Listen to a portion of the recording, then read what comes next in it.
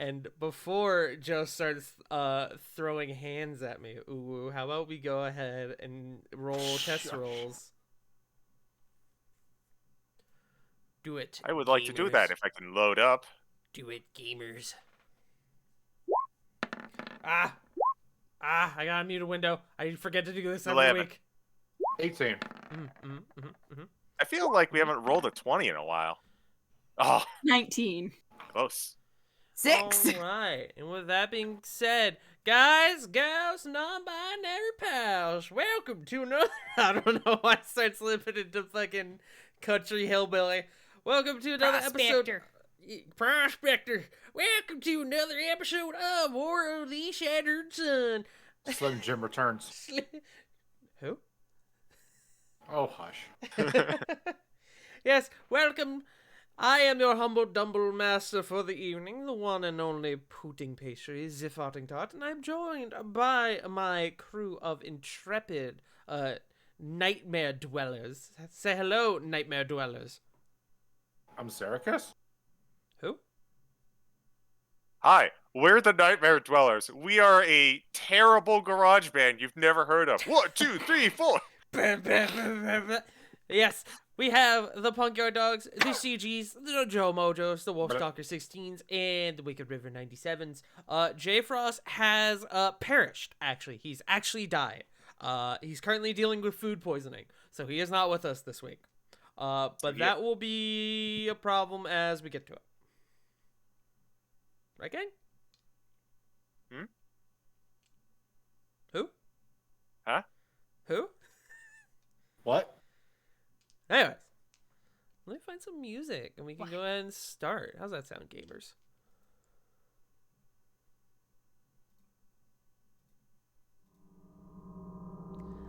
Hey guys, I get to throw the spooky music back on. Joy. Last time, as you all arrived deep inside the nightmare realm, your memories began to return, revealing what all had happened before the nightmare you found yourselves in. You were briefed on your plan by Reno to enter Adam Acosta's subconscious in the same manner that you entered Sarah's, and using his unique abilities bestowed by the Enigma Gate, find your way into the nightmare realm to steal back the breast of Muldoon. The plan had worked thus far. You had arrived. Now you just needed to find the breastplate. But things were clearly wrong, as a usually charismatic Adam was on the edge of a breakdown. Shadows began to encompass your group, and before you knew it, you were fleeing deeper into the dark wood you found yourselves in. You ran until you found the semblance of shelter, a derelict school, a mage's college. More specifically, the Lexshire Mage's College. The same place that Adam went to school. Unsure as to what happens next, as a deep bellow echoes throughout the halls of the school. You all readied yourselves to venture deeper, and we return to our game. You guys are still inside the entranceway to Lexshire Mage's College, which I am going to, for my sanity, I'm going to refer to as the LMC, probably going forward. But you seem to have given Adam a bit of newfound purpose, and he seems ready to move deeper in. What about you guys? How are y'all feeling at the moment? Does anybody want to do anything? Mostly just keeping an eye on Adam for Corbin. Okay. Make me Corvin and real quick, just make me an insight check. Yep. 20. Adam is going through it, but he's trying to put on a strong face for your group. Keyword trying. Failing, but trying. What about you, Flit? I heard you speak up. I want to analyze the surroundings a little bit. Not Sure. just like, not just like the immediate area, but also just kind of like what everything is made up of. Sure. So just getting like a general, like, look around of the lobby. Mm-hmm. Make me a perception check. You're gonna get basics, but I'm gonna see what finer things you can pick out. It is a 24. As I mentioned last session, the entry hall is quite large. It's very obviously built for a large number of students.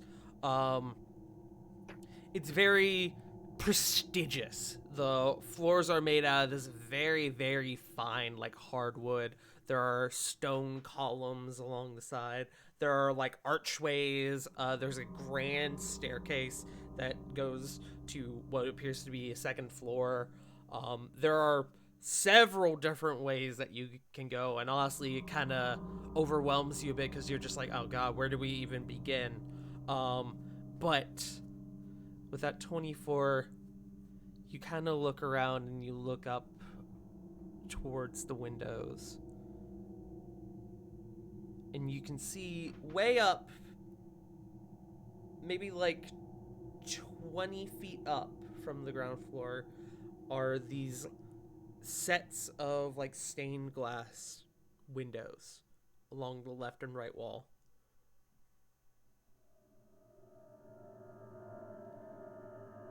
Are there any other windows, kind of like at a lower level? Not at the moment. Not from what you can tell in here. Okay.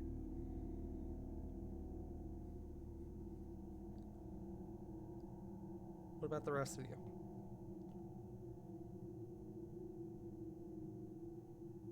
Can Corey consult her star map? Absolutely, go for it. What we gonna get today? Is it gonna be weird or is it gonna be whoa? It's a whoa. Let's go! You did Let's it! go! You finally got it! Whoa. Thank you, Bill and Ted.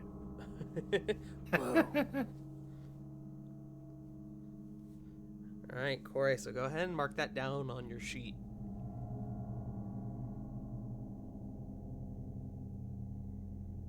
Anyone else?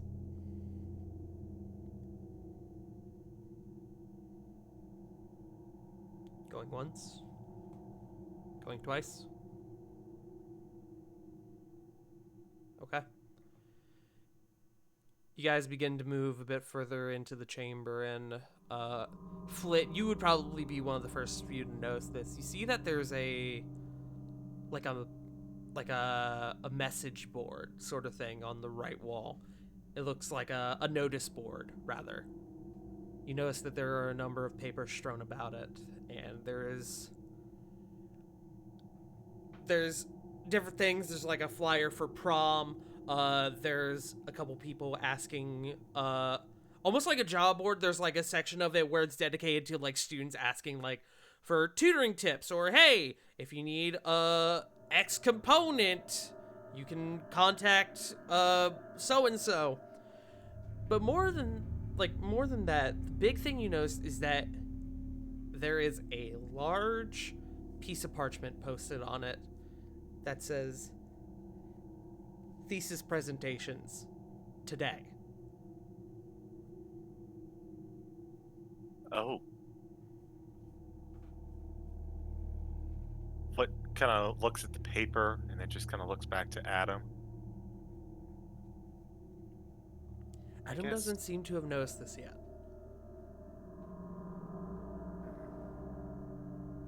He still seems to be pretty caught up in the moment of what's occurring.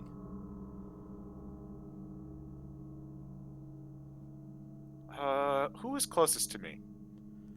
I'm trying to think of about the positioning of the room. It would probably be Corey, because I would say Corey, in the process of doing the star map, is probably a bit further away from Corvin and Adam, just for the moment. It's gonna kind of like flag down Corey, just kind of like, psst, hey,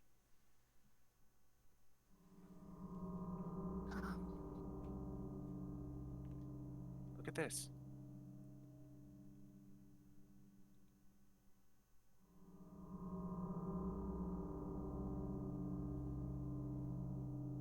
Correct. I'm sorry, I was writing down whoa, and I actually missed what was described. I was trying to rack my brain for it. You're good. Flint has directed your attention to what appears to be a notice board. And amongst the various pieces of like flyers and pieces of parchment on there, the most prevalent one, the one that screams the loudest, is a big one that says simply thesis presentations today.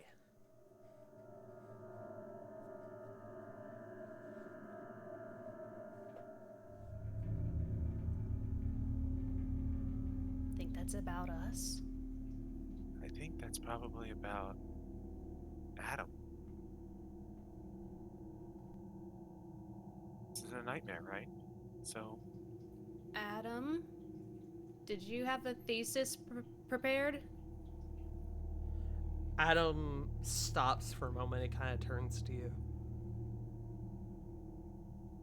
Oh, fuck. Oh, I know what today is. I know how. I see what we're doing. Okay.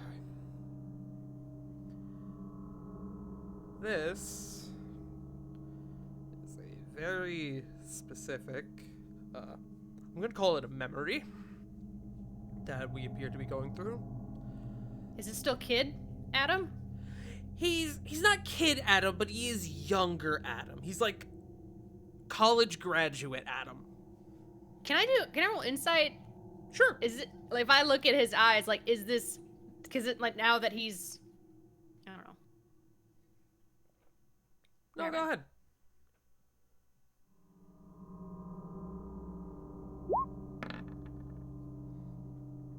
$23? He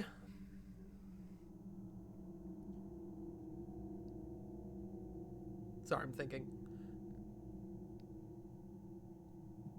The younger Adam Acosta, younger than what you're familiar with, doesn't seem to be like a trick of the eye or an illusion of any sort. It looks to be legit.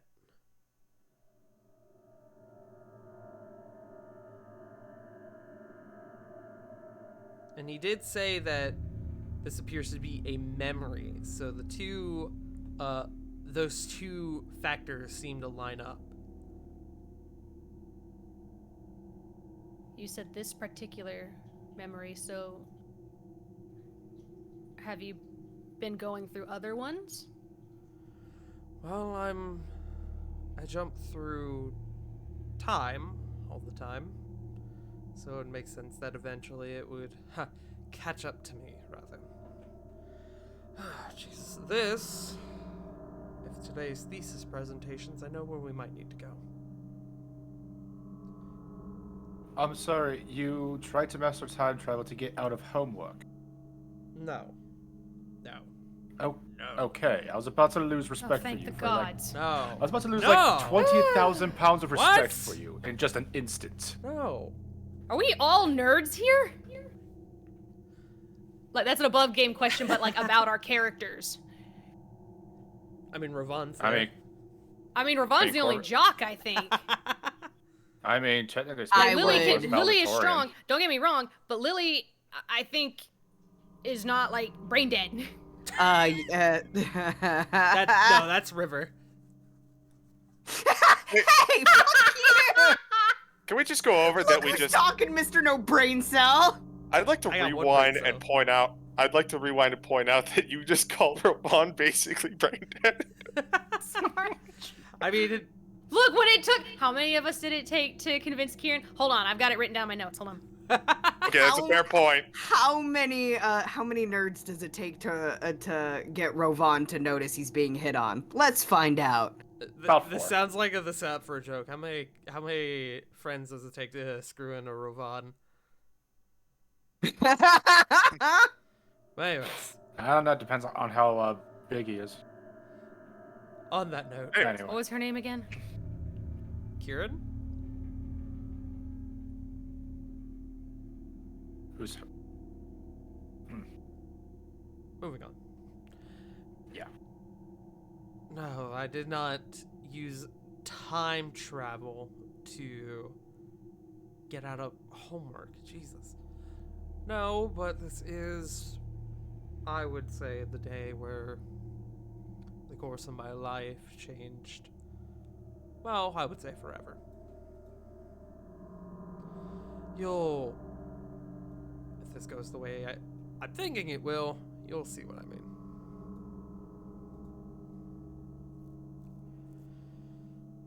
And around this time, you guys hear Rovan go, guys, should that be happening? And you all kind of turn back and look to the door, and you see that from the base of the door, the rather large door is beginning to become encompassed in this thick, black, almost like ink. And Adam just kind of looks at it and goes, I think we should move. Yep, probably. All right. I'm going to hazard a guess. Follow me. And he begins to just move. Do you guys follow? Blood's gonna run off. Nothing good ever comes from black pudding stuff. I would be concerned if that was pudding. Blood pudding is not great, but it makes use of otherwise useless pieces of meat. Corbin at that point just is like tailing behind Adam, not saying a word. Of course, not trying to be me. She's like, food. Well, food. But also respect, but also, ugh. Sorry, I'm caught up on the blood pudding thing. As you guys begin to follow after Adam, and at a bit of a faster pace now that you realize, hey, maybe you're in danger. Everyone go ahead and make me perception checks. I realize now I confused it with haggis, my bad.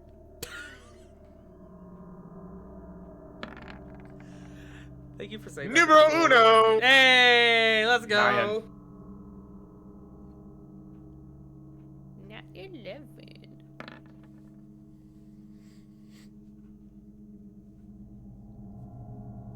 23. All right. Corey, did you want to roll perception? I know Sarah had to step away for a moment. Sorry. No, all good. 21. Okay. Corey and Lily, you both, it's faint, but you can hear what sounds like whispering, idle conversation. You listen a bit deeper, and it sounds like sounds of an active school ground. You hear a conversation of like, "Oh man, did you see that we have a test today? No, fuck, what? I didn't study at all. I thought it was next week." You're just idle conversation, but you don't see anybody. And as you're kind of getting caught up on this, Lily, you see it first. You see Adam kind of catch his foot on the rug, and he begins to fall forward. You have a moment to react if you wish to catch him. I would like to catch him. Make me an athletics check.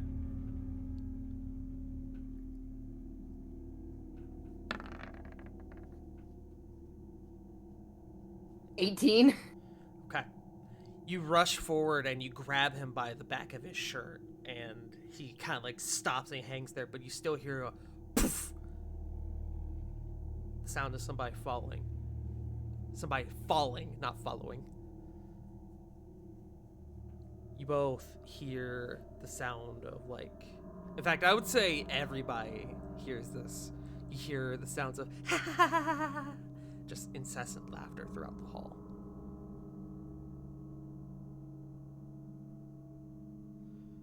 Don't like laughter that comes from nowhere. Always a bad sign. I had enough of that at the Feywild. Tart, Yes. can I make a insight or something to see how Adam is reacting to the laughing? Yeah, make me an insight check.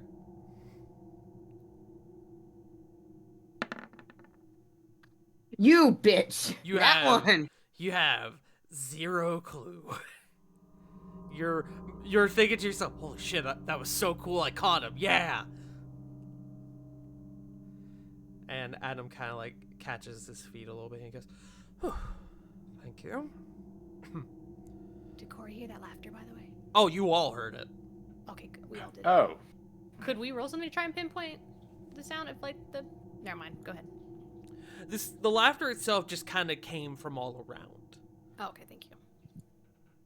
It just kind of came throughout the hallway. With the previous perception checks, though, Lily and Corey, you both hear a small, "Oh, fuck. Great. You're doing wonderful today, Adam. You're doing great. Fucking thesis presentation and now this. Wonderful. Awesome."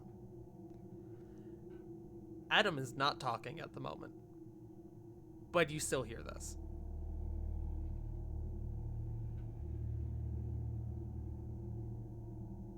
You mean like the Adam? You hear In Adam Lily's talking. hands? Yeah. You hear Adam's voice. You hear That him Adam, talking. okay. But when you look at him, he is not talking. Oh, And so the more memory importantly, illustration, whatever, just doesn't have the mouth move. Okay. More importantly, he seems to notice this and be like, "That's fucking freaky. I hate it. I hate it. I hate it. I hate it." Okay. Yeah, let's keep going. Let's keep going. He begins to move a bit further. Corey and Lily, both of you give me another perception check as you're continuing to move down the hallway. 21. 16? You both, as you come to the end of the hallway and you begin around the corner, you hear from back behind you, back where it occurred the first time, you hear a poof. Almost like it's replaying.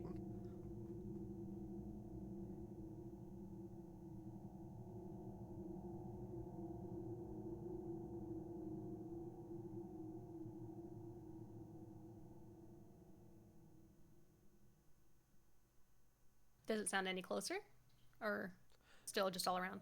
Still just all around.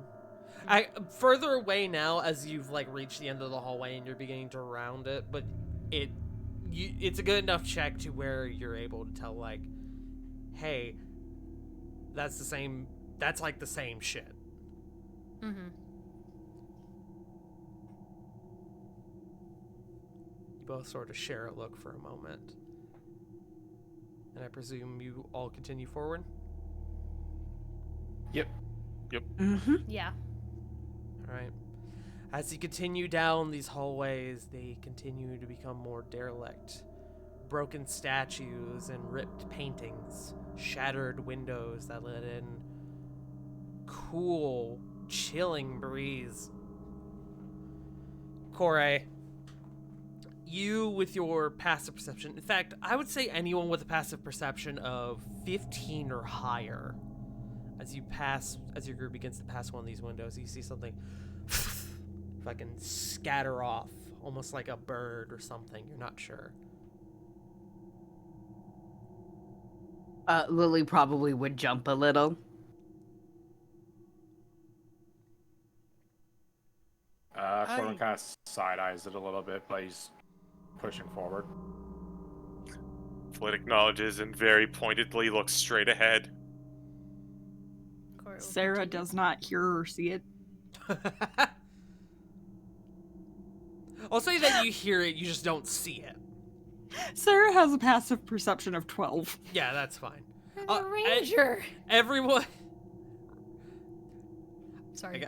I kind of gotta be with Punk on this one. No, but you're fine. Yeah, all of you hear it, but only those with the proper passive perception see it. Oh, okay. I misunderstood. No, My all bad. good, all good. You all continue forward, and it is quiet.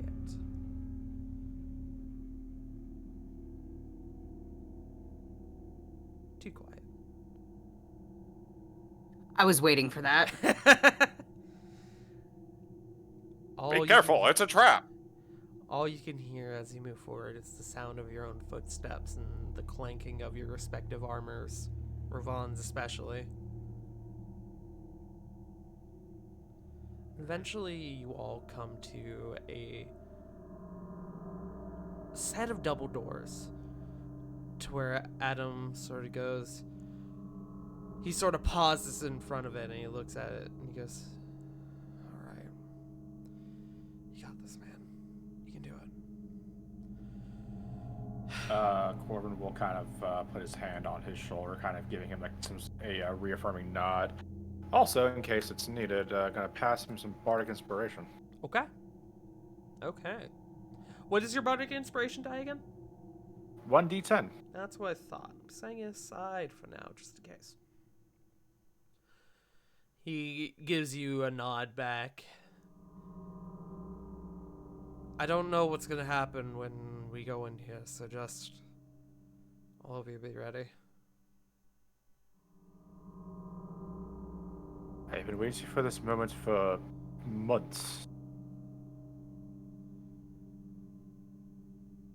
Does anyone have anything they want to prepare before you guys go inside?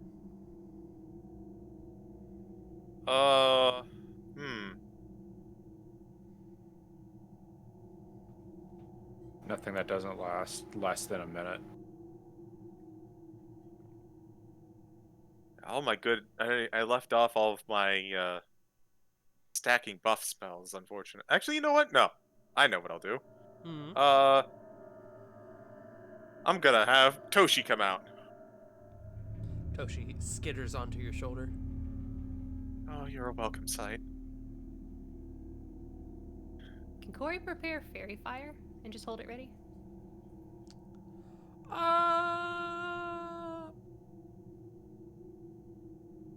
I'd say Don't worry about it. No, I'd say you could. It just may affect your checks going forward. Provided there are any.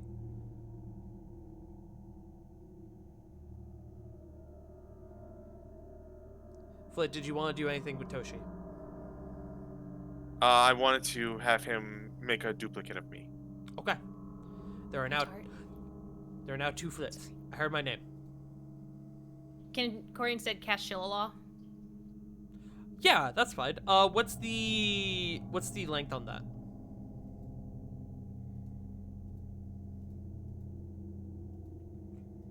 It doesn't say. It just says it. The spell ends if you cast it again or if you let go of the weapon. Oh. Wow, really? Can you throw it up for me?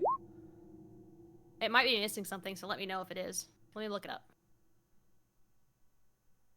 No, it just fucking stays. Okay. Yeah, that's fine. You can absolutely do that. Lasts a minute, according to. That's what I was trying to pull up. Yeah, there it is. Thank you. Oh, okay. That's why it says a minute on there. Okay. Alright. But I will still allow it if you want to do that. Yeah, it doesn't cost me anything. Yeah. Okay. Alright. Anybody else?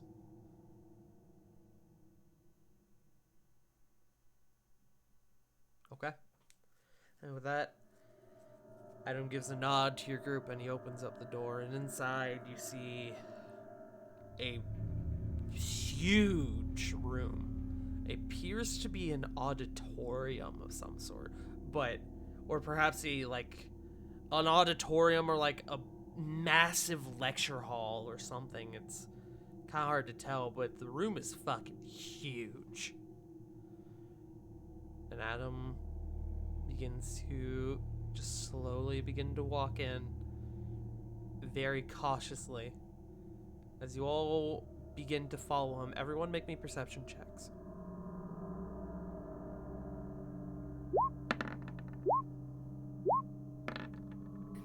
What?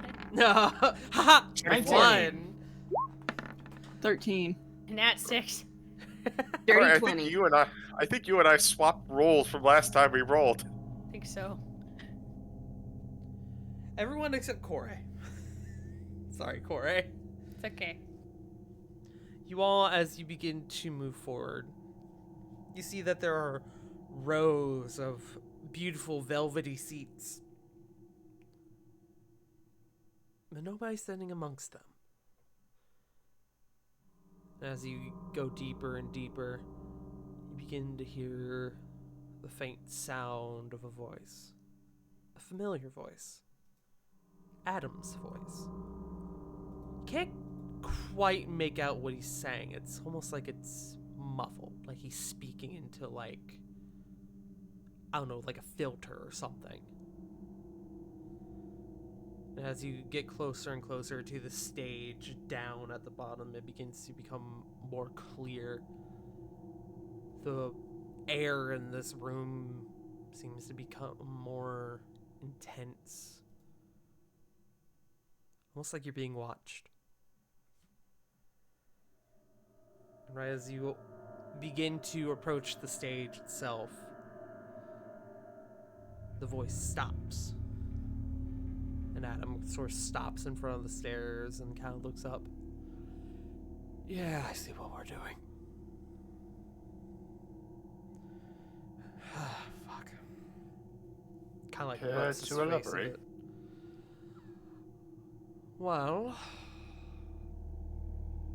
I believe I need to give my thesis. Ah, so we're reliving all your best hits, are we? Haha, that's not what I would call it.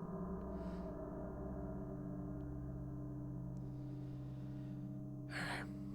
Yeah, we're doing this. I guess join me on the stage if you want. I don't know how any of this works. And he begins to go up on the stage. Does anybody follow? Yeah, sure, why not? Corey will. Flit will as Lily will as well.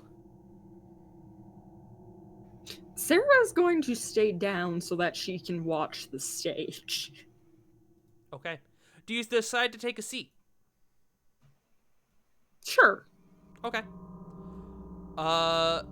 Roll me like a d8. Roll me 2d8.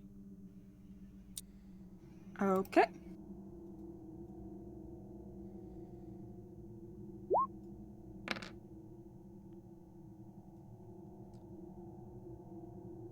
That is a 6 and a 2.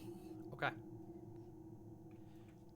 You find a seat a bit further away from the stage with a good sight line, and you begin to sit on down to see what is about to occur.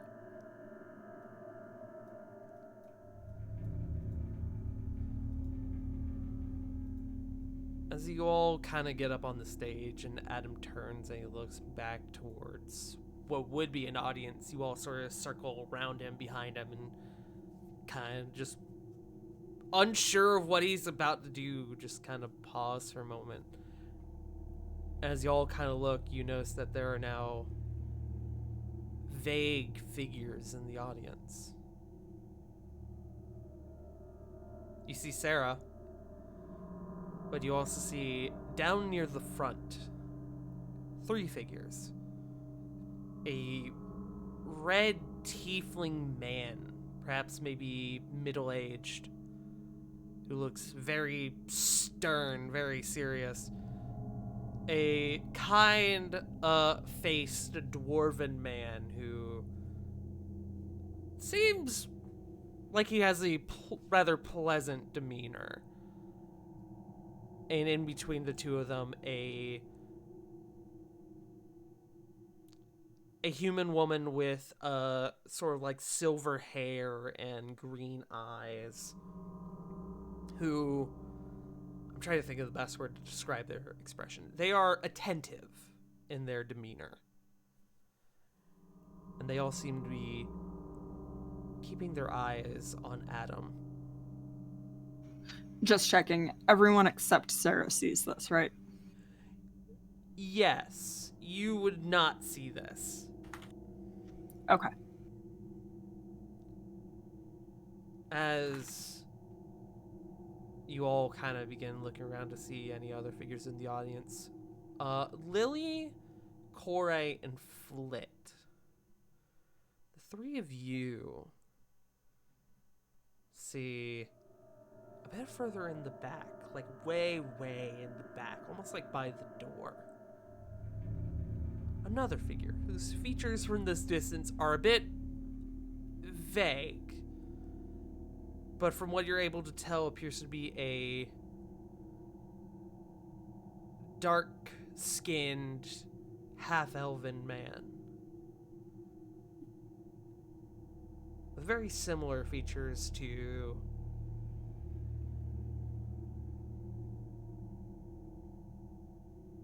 a certain individual that you may be standing with.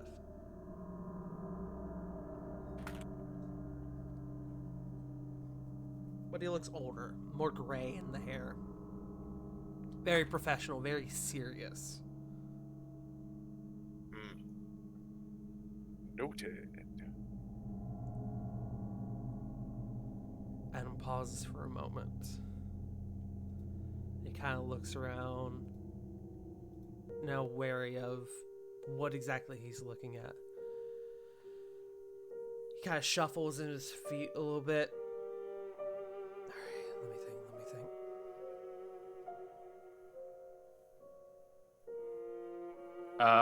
If he's doing like his thesis and presentation, Corbin is for sure using like minor illusion to like kind of give visuals to what he's talking about. Okay. As Adam sort of stands there for a moment, you all hear the words, "That's it," slowly echo throughout the air.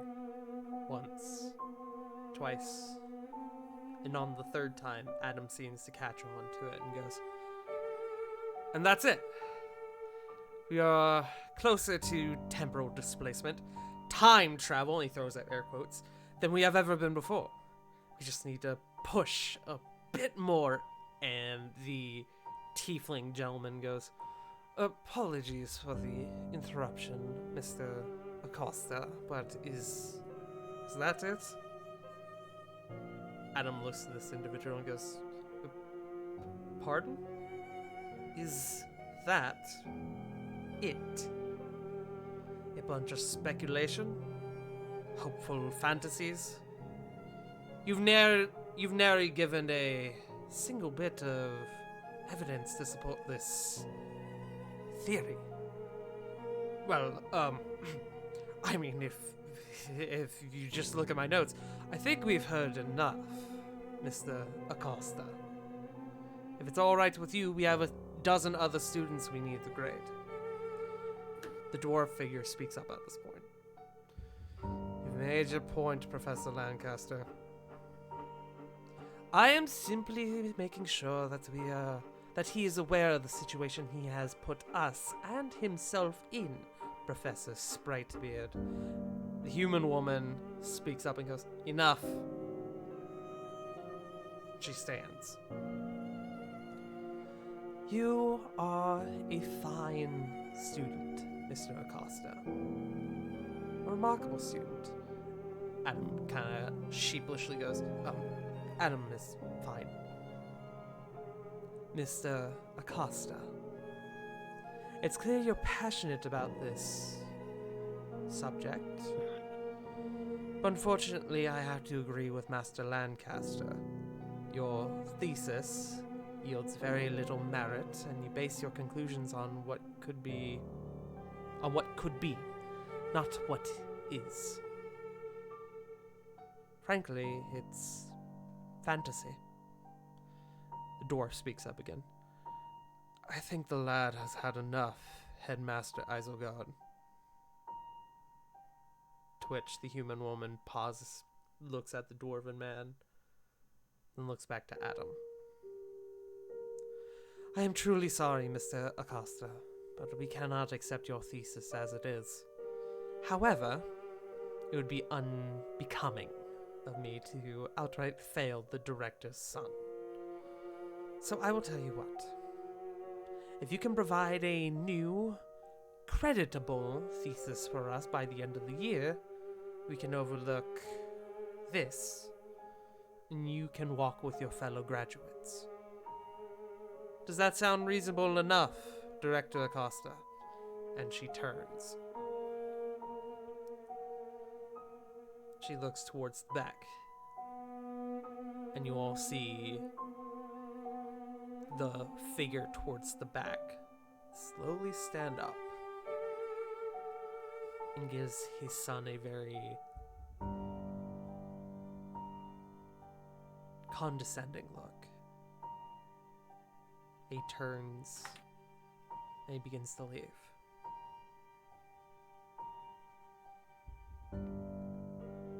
Adam, sort of standing there, looking like he's about to just fall to his knees, just goes, Father? Father! And you all hear a chuckle, a laugh, a snicker. Is it familiar? No. Thank God. It's not the same one that we heard earlier. No. Okay. It's not Marissa. From what you can tell.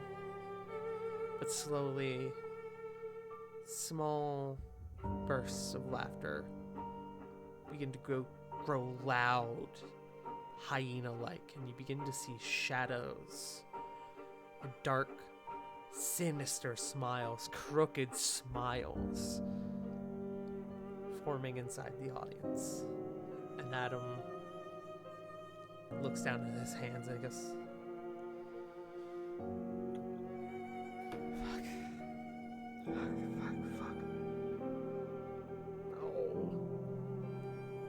You watch as he buckles in his place and he just drops down to his knees. No.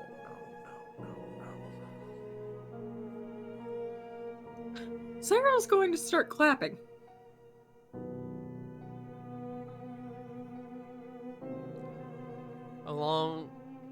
You attempt to clap, but you are drowned out by the sounds of this overwhelming laughter. You all see as the shadows slowly begin to raise from their seats and begin to encompass the stage. And I need everyone to roll initiative. Ah, fuck.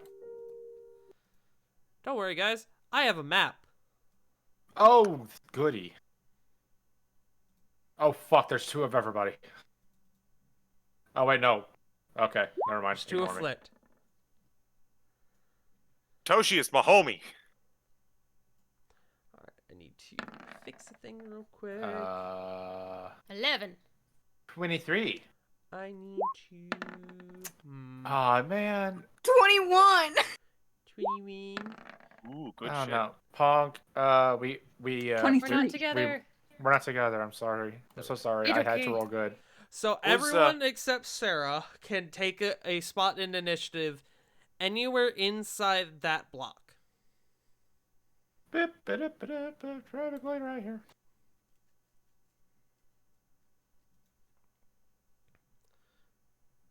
Right. Let me see. What do I have? What's this? Jesus! Okay. That's extreme. But at the same time, appropriate. Alright. Let me see. So as I call your name, no, that's not necessary. I can just use my eyes. Alright.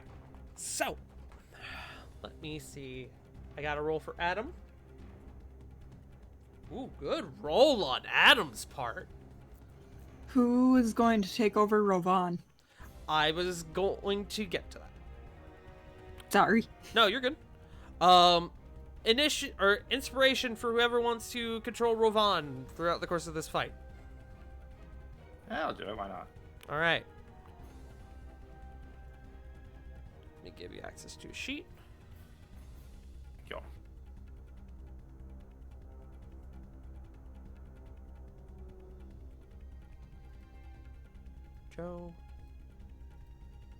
Joe. And then I'll give you access to his token as well. Actually, see if you can move his token. Aha! Cool. Knowing him, he'd probably be some sort of like sentinel over here. Alright. Good rolls on initiative, by the way, y'all. Yes. Not going late in initiative. I love it. So let me see. So first we have Sarah. Then we have Corvin. Then we have Adam. Ooh. Then we have Lily. I forgot to roll for Ravon. I'm so sorry. Thank you. All good. 12.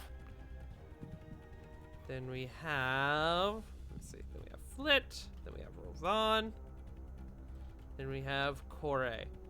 Hey, good news, y'all. The enemies go last. Excellent. Alright, let me give y'all your initiative real quick.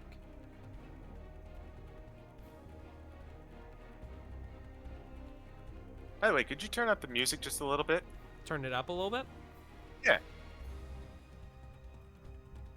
We can also turn it up. Turn it up. Is that better? It still sounds about as low as. Hold on. It's also just a gonna little part in the song. Hold on. Better? Yeah. I heard a difference that time. Yeah. That's what I'm talking about.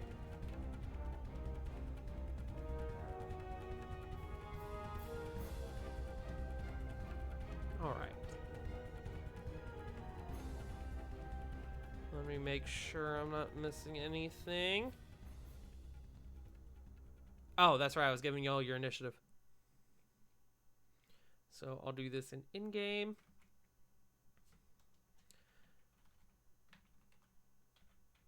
Oh, I didn't put the numbers in. Fuck. Hold on.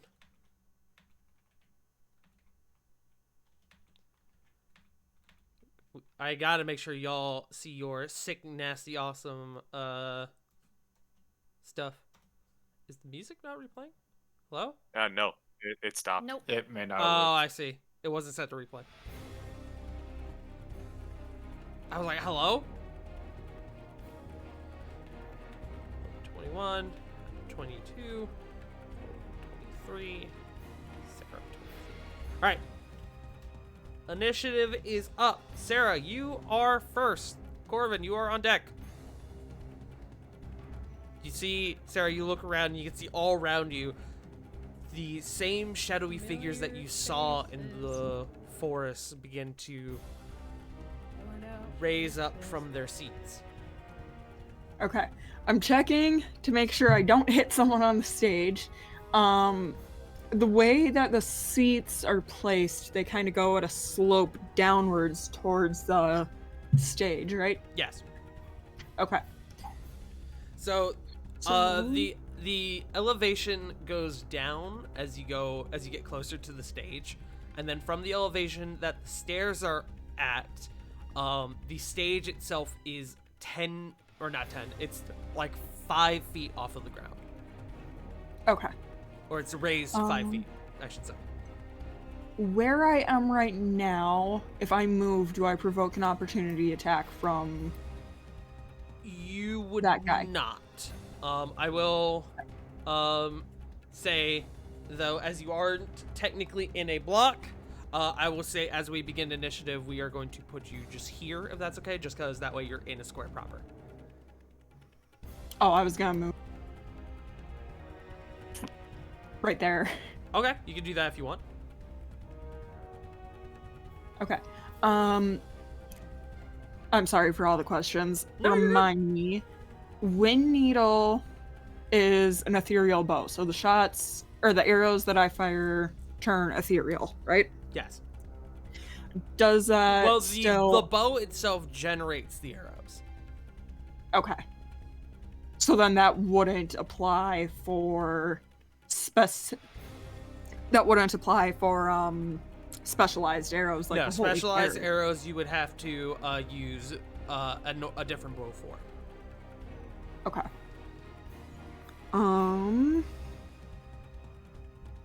I guess like I'll the pull one my. downside to Wind Needle. I will pull my short bow then and go for the guy directly in front of me. This guy? Yes. Okay, go for it. And I'm using a holy fire arrow. Okay.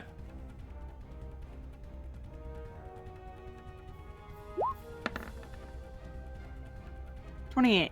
28 will hit. Roll damage. Oh, Sneak attack Oh. doesn't apply to this. Yeah, I think it rolled that automatically. I'm not sure what happened there. That's okay. Alright, 11. And then how much does the, was the effect of the specific arrow? Uh-oh, I don't have it marked down. It's a holy arrow. I said holy fire, I meant holy. That's my bad. No, you're good.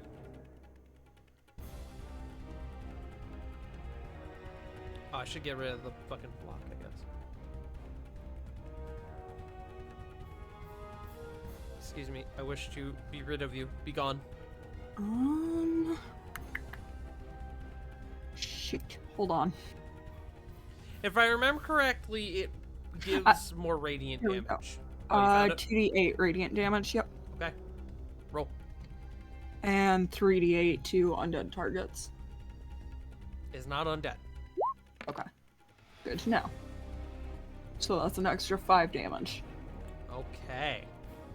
You, as this thing begins to raise up from a seat, you take the shot and it embeds in its spine and it lurches forward and you see, without it moving its body, its head snaps around and looks back at you and it growls with that crooked smile it has. Is that your turn? We're gonna take another shot at that same one. Okay, go for it.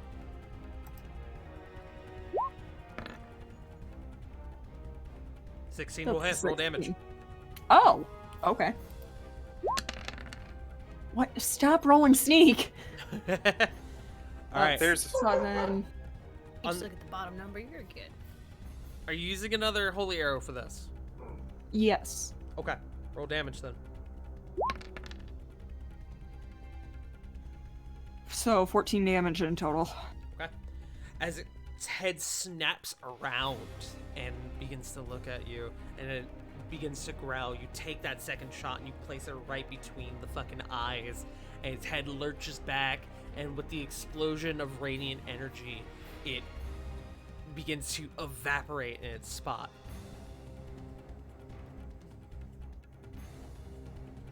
I believe that's all I can do, so that's my turn. Okay.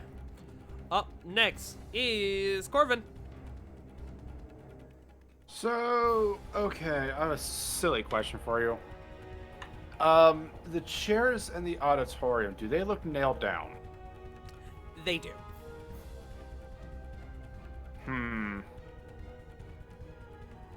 Okay. How about the curtains? The curtains behind you. Yeah. I mean, they look like curtains. I was wondering if I could just like use animate objects on the curtains and like kind of just like cover at them or something. Go ahead and throw up animate objects for me. I will warn you. A wall's about to come. I know it's a wall of text, but throw it up for me. Because the main idea was to throw, like, to use it on the 10 chairs in the front and do like a Yeah. Spartan shield like maneuver on Adam. I would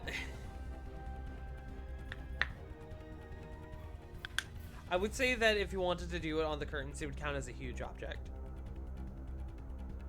I'm okay with that actually. Okay. Yeah, let's do that. Can I just get like a fabric token? Hold on. Is that a thing I can do? There should be a. I wouldn't be surprised if there's like a. Here we go. Blanket. Blanket. The blankie is here.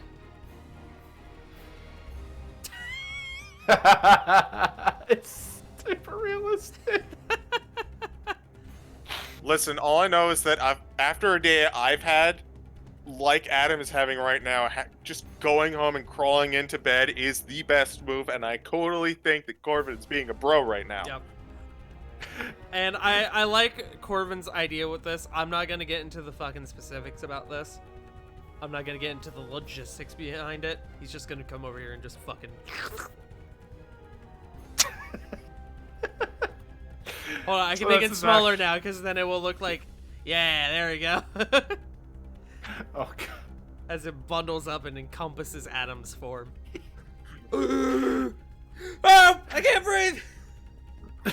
He's not Did gonna, you like, just forcibly wrap him in a chair thing like the dude from Harry Potter? No, but no, in no, reverse no, and by no. force. No, it's like it's like a half-cylinder cover around him.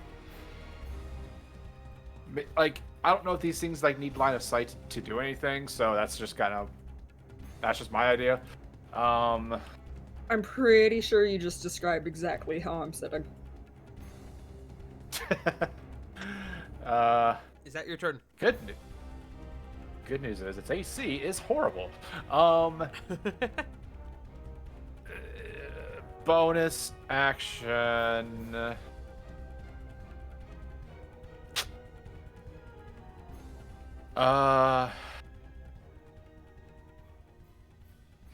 Doesn't want to be around there.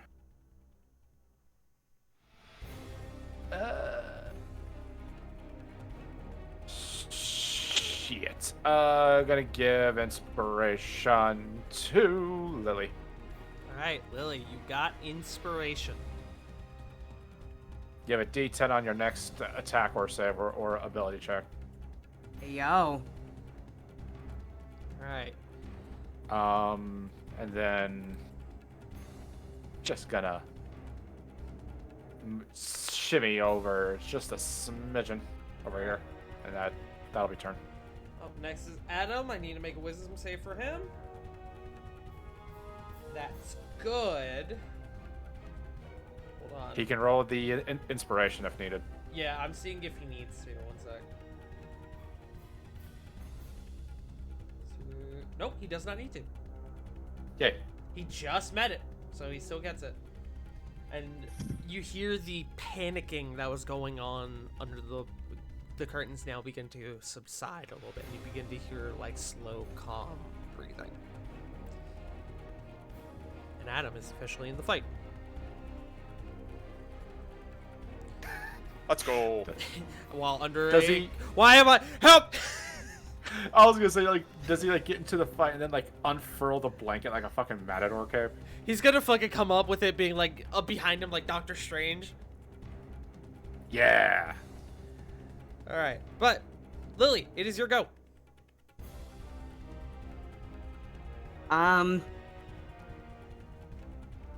Would it harm me at all to jump off the stage? He's 5 feet, so no. I'm 3 feet tall. That stage is taller than me. The fuck? Yeah, but that's like jumping off a small wall. That's still fine. It's not 10 feet or more, so you're good. I mean, unless you want me to hurt you. I mean, Hey, yo! I can fucking roll damage if you want. No! I'll do it. That's a D6, bro. Or there's literally stairs right there. There are also Lily, stairs you think right Lily there. is gonna take the stairs? Lily said, that's not nearly cool enough. Fuck that. Unfortunately, not gonna be able to make it too terribly far, but I'm actually gonna go 10. It may help 20, 30. Wait, 10, 15. And would it be 5 to jump off? Yeah, it would be 5 feet of movement. Okay, so I'll use my last 5 to jump off. And I can't move from there? No.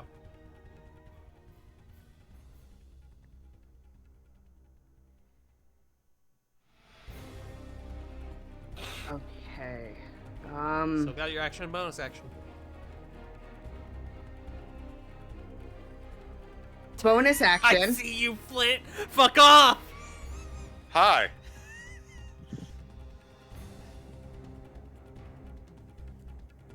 Bonus action. I am going to Awoken Heart. All right. Your woken heart goes up. Lily, what is your emotional state right now?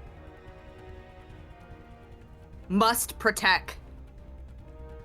I don't know if that's an emotional state, but for me it is. I'd say yeah. Your Determination. okay.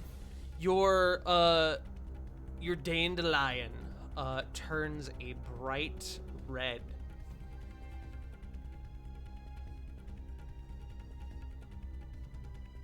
As you enable your woken heart. And if I believe one of my things is I can.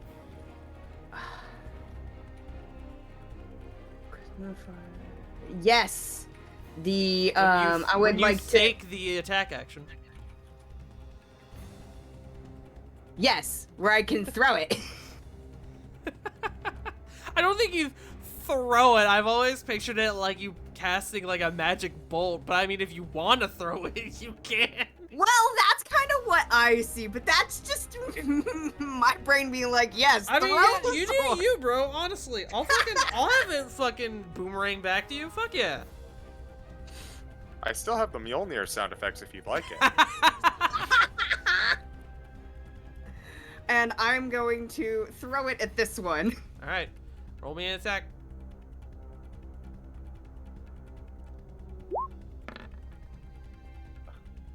So I'm double checking. So it says a ranged spell attack. You are considered proficient with it, and you use your charisma modifier. Okay, so what is your spell attack modifier, Lily? Should say it in your spells. Up near the top. The DC or the bonus? The bonus 7. plus 7. Okay, so that would be an 11, which does not hit.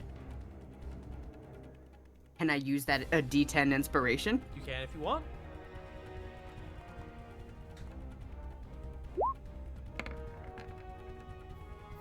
Seven. Okay, that will hit. As you chuck the sword, it moves with a, almost like a magical levitation as it flies through the air towards this thing. Go ahead and roll damage. Oh, that's cool. You can also smite with this.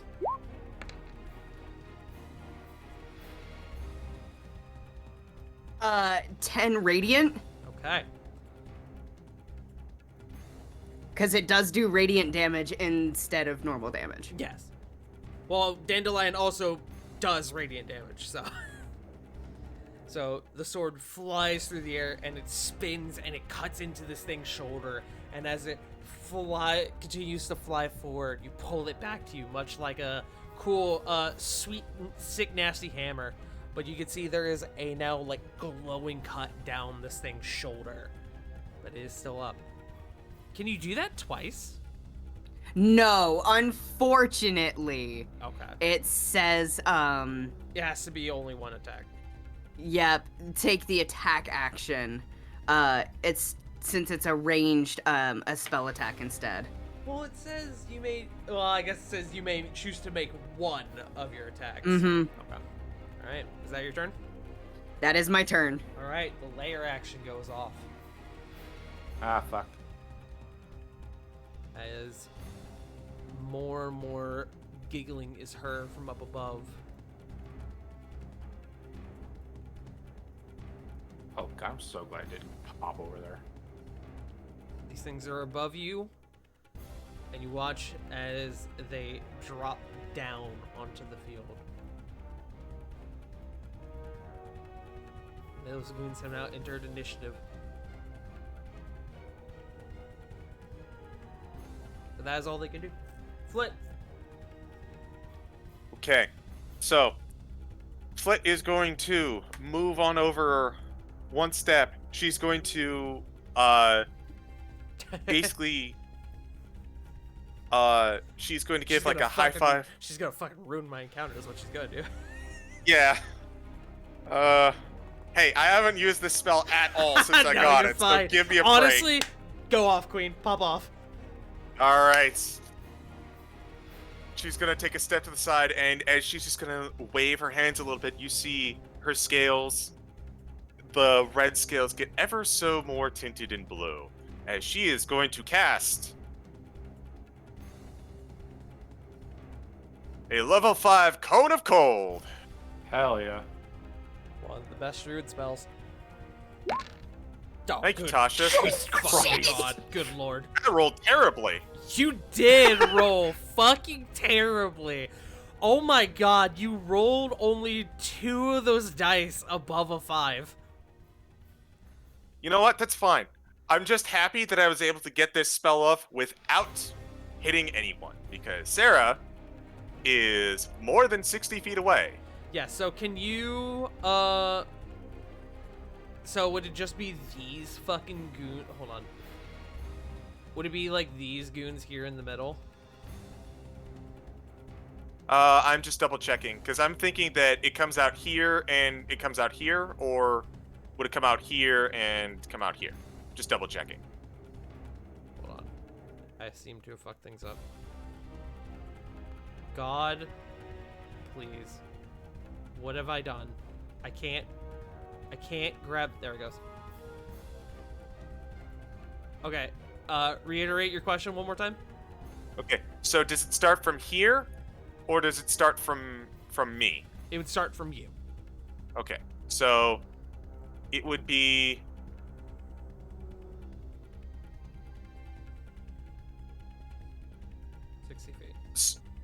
So this guy right here that I'm crossing through, Mm-hmm. everything south of Lily, and up to this guy that I'm crossing through. This guy. So that's 1, 2, 3, 4, 5. So 7, all 8, of these 9, guys? 10. Not this dude. Not that dude. And these dudes are also out of it. Okay, so hold on. So I'm adjusting this. So what, like that? Yeah, that would be it. Okay. Alright, time to make me some fucking rolls. They are con saves. They're con saves. Well, 11 of them. well. What's the save on this? 18? 18. Where were you Fail? when the druid was a blaster? Anyways, it's So, not a I'm gonna call them out as I roll. So the first one's a fail. Okay. Pass. Okay. So hold on. So I am just marking this guy real quick. Fail. Fail. Natural 20. Good on him. Yeah, good on him. Natural 20. Wow. Okay, 2 in a row. They're cracked. It's okay, we're getting them out of the way now. Fail. Fail. Fail. Close but fail. And close but fail. So, let me just...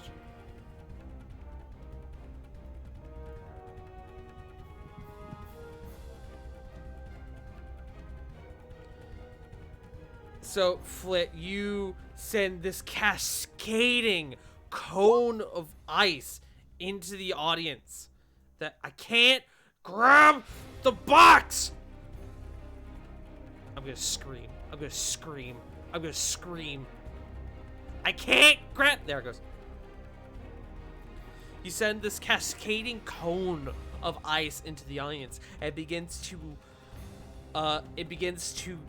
like, freeze over the ground and the chairs, and a massive number of these things just are completely engulfed in it and are just gone, just completely engulfed, just completely frozen in this now like Todoroki style wave of ice in the middle of this auditorium. But a few of them are left struggling but alive.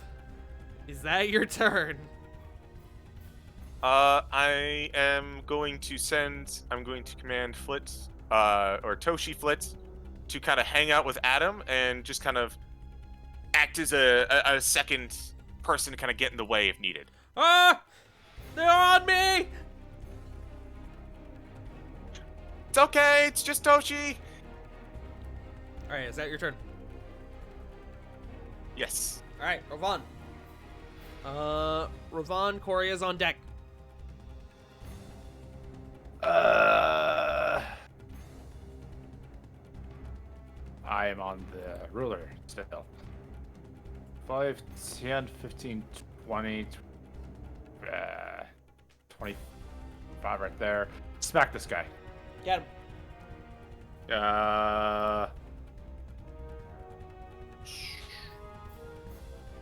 Oh god. Where are you? There you are. Some Rakiri? Yeah, I'll do it. Roll damage. Sheesh. Sheesh! So that is 14 slashing, 8 lightning. Okay. Ravon runs up on this thing, which is just still sitting in seat, just as the rest of them are just cackling in the midst of this cacophony of laughter and now ice. Which, admittedly, less laughter now, as you can imagine, as half of them have been wiped out. And Ravon just with one thrust just stabs into this thing through the back of the seat, and it just begins to turn to a puddle on the floor. Where'd it go? There it went. There it went. Okay. Gonna go back there, and you really don't have anything long range to. Okay. Could he switch to a short bow and shoot at another one? Yeah, I'd allow it. Okay. Just Ravon double has check. a short bow? I know, right? Yeah, it has it on a sheet. Well, I don't want to freaking use Tempest Bane or anything because I don't want him to lose it. This one. This one's getting shot. Go for it.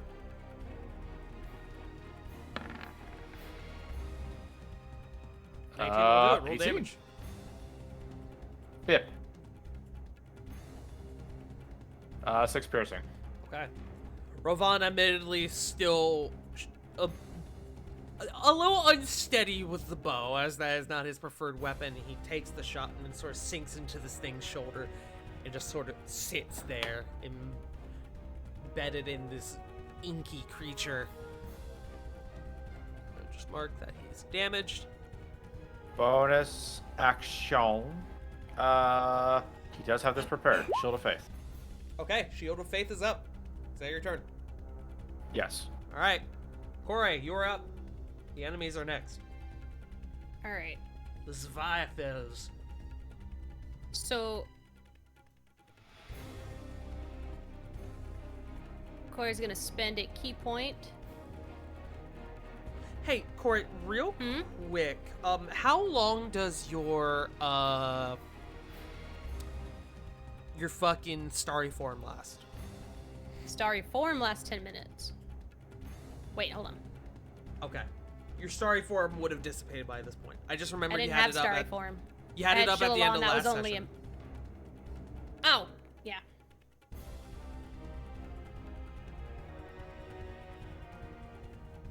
I was just seeing if it would still be up at this point. No, okay. Sorry, continue. Corey's gonna spend a key point to get for Step of the Wind. Okay. To get from I will say your shillelagh is still up. I will give you that because it's a fucking cantrip. you don't have to, I'm not gonna use it. Okay. Then fuck you, it's gone.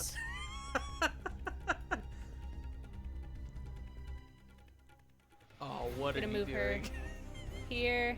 Okay.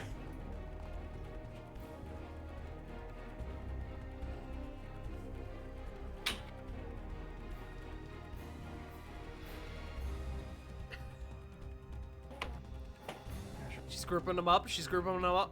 Grouping them up. I love it. Okay. And she's gonna cast Thunder Wave. Hey. Okay. So on these three goons around you. Yes, at 3rd level. Ooh, throw up Thunder Wave for me just real quick, just to make sure we're good on the distance.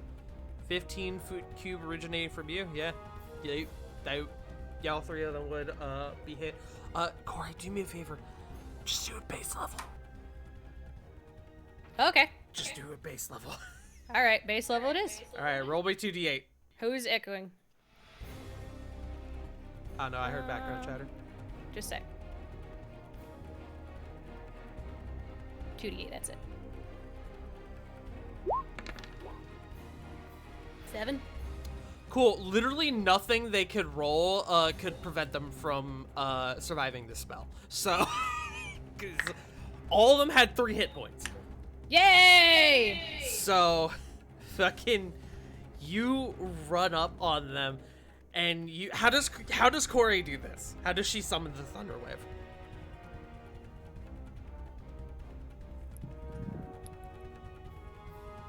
She's just gonna do it. Did you ever see the movie Atlantis? I have. It's just a big clap. The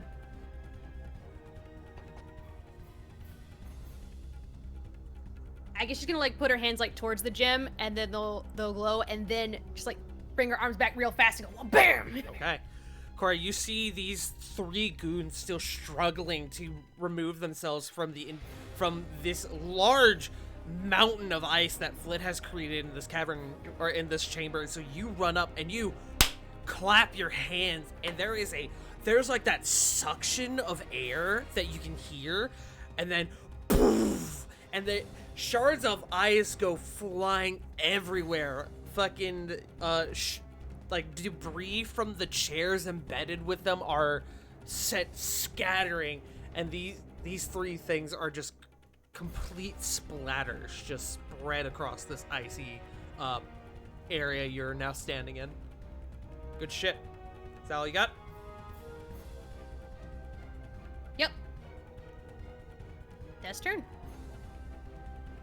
You still have your step of the wind, I think. You can still get back if you want. Right? Nah, she's gonna help Lily round off over on this side. Okay. Alright, fair enough. Alright. Is the Zweifel's turn then. So we'll just go left to right. These ones are going to run up on Lily. Understandably so. These 2 are going to run up on you, Corey. These 2 are going to run up on... Actually, hold on. I'm going to make a roll for that one. This one's going to def go for Sarah. I don't know about that one, though. Hold on. Sarah, high or low? Let's go high.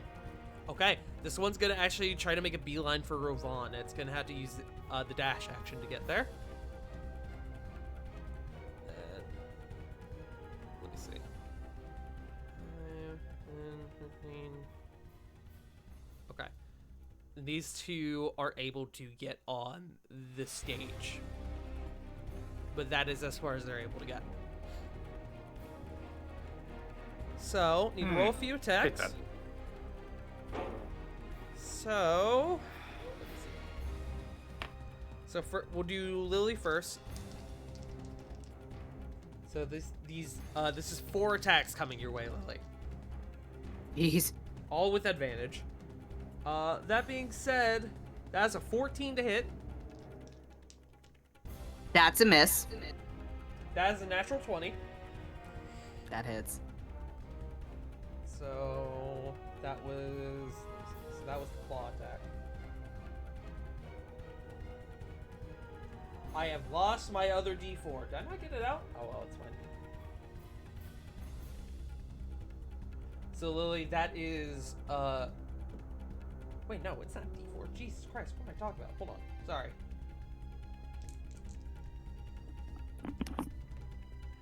So Lily, that is 14 points of slashing damage. Okay. That was the first one, so now the second goon is going. That is a... What the fuck is it? That is a 16 to hit. That doesn't hit, I don't believe. Nope. And that is a 21. Damn it, that just hits. Okay. You still have your reaction, I believe. Do I? I believe so. Don't you? Figure it out now before I roll.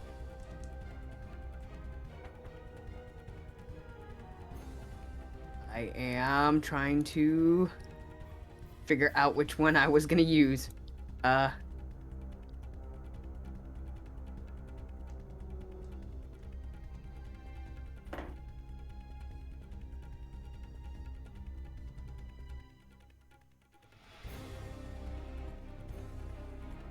Okay, that one. Okay. You use your reaction, and you parry this thing away. It takes like a wide swipe, and you dodge out of the way to a way to where you're able to pin its hand to the ground with your sword. But it doesn't yelp in pain or anything. It just slowly turns to you and looks at you with that crooked smile of its that it's got. You move to Kore. Kore, same deal. That is also a natural 20. Can I use my reaction to... Well, you already rolled it, actually. Never mind. Can I use my woe for the other one? If they haven't... Throw up your wheel and woe thing again. Your starry map.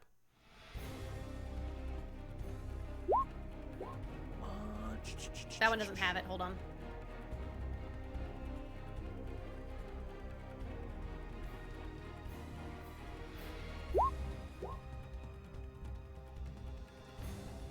Okay, when it's about to do it. Okay, so yeah, you can't do it with this one, but you can do it on the next one if you want. Yes, please. Alright. So the damage is... That's not terrible. That is 11 slashing damage.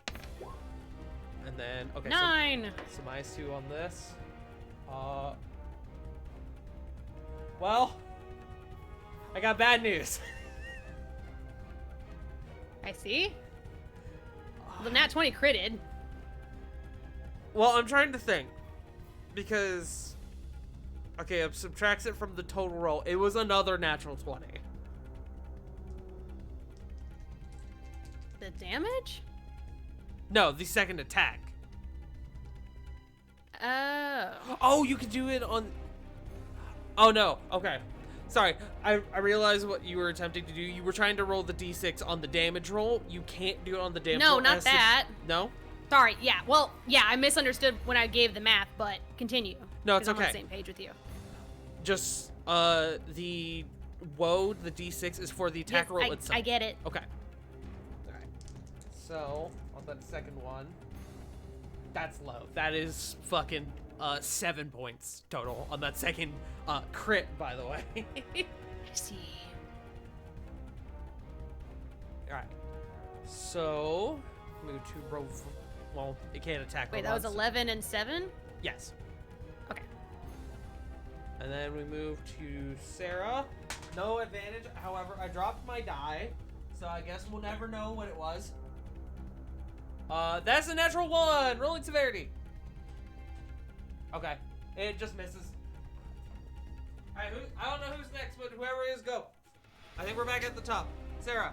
Yeah, that would be me. All right, you do that Go, while I try to Sarah! find my die. Okay. I think it fell under my shelf. Oh no, I found it. Okay, continue. So Sarah's moving over one spot and pulling out her. Let's go with. That is the wrong thing. We're gonna use the Silver Saber, and she's going to put a Searing Smite into this. Okay.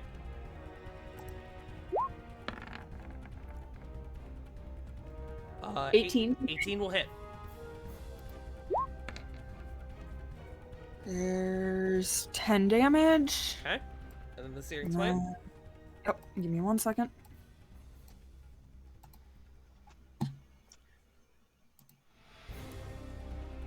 Yeah, level 1. 15, that's 1d6 fire damage.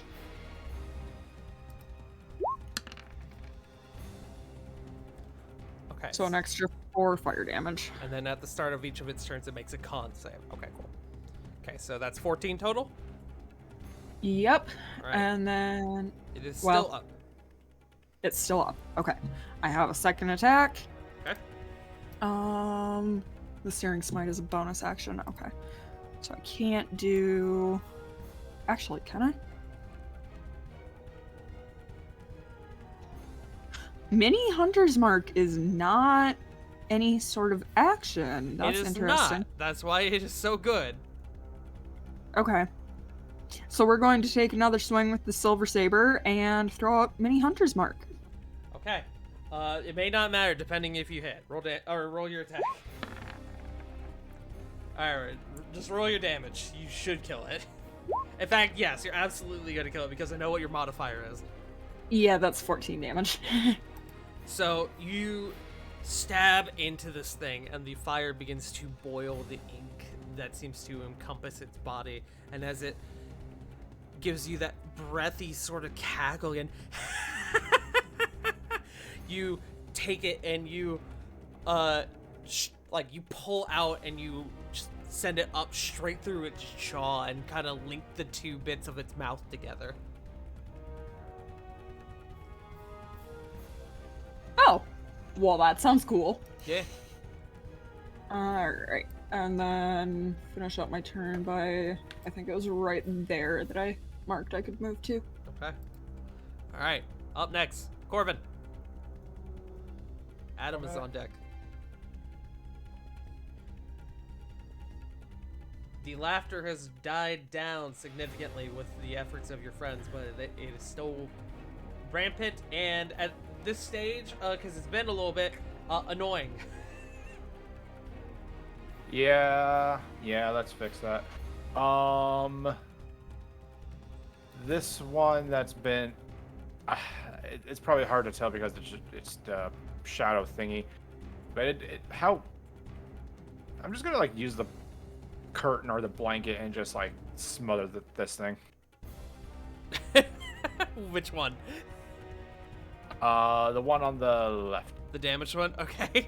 Yeah, the damaged one. Ah!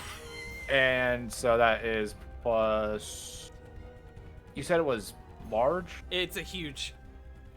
Huge. Okay, cool. Hold on, I That's gotta a make it. sig- I don't need to make it bigger because it's now suffocating this thing.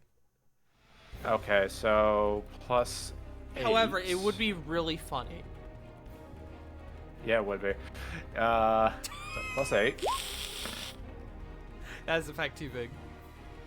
Natural 20. Yeah, roll your damage.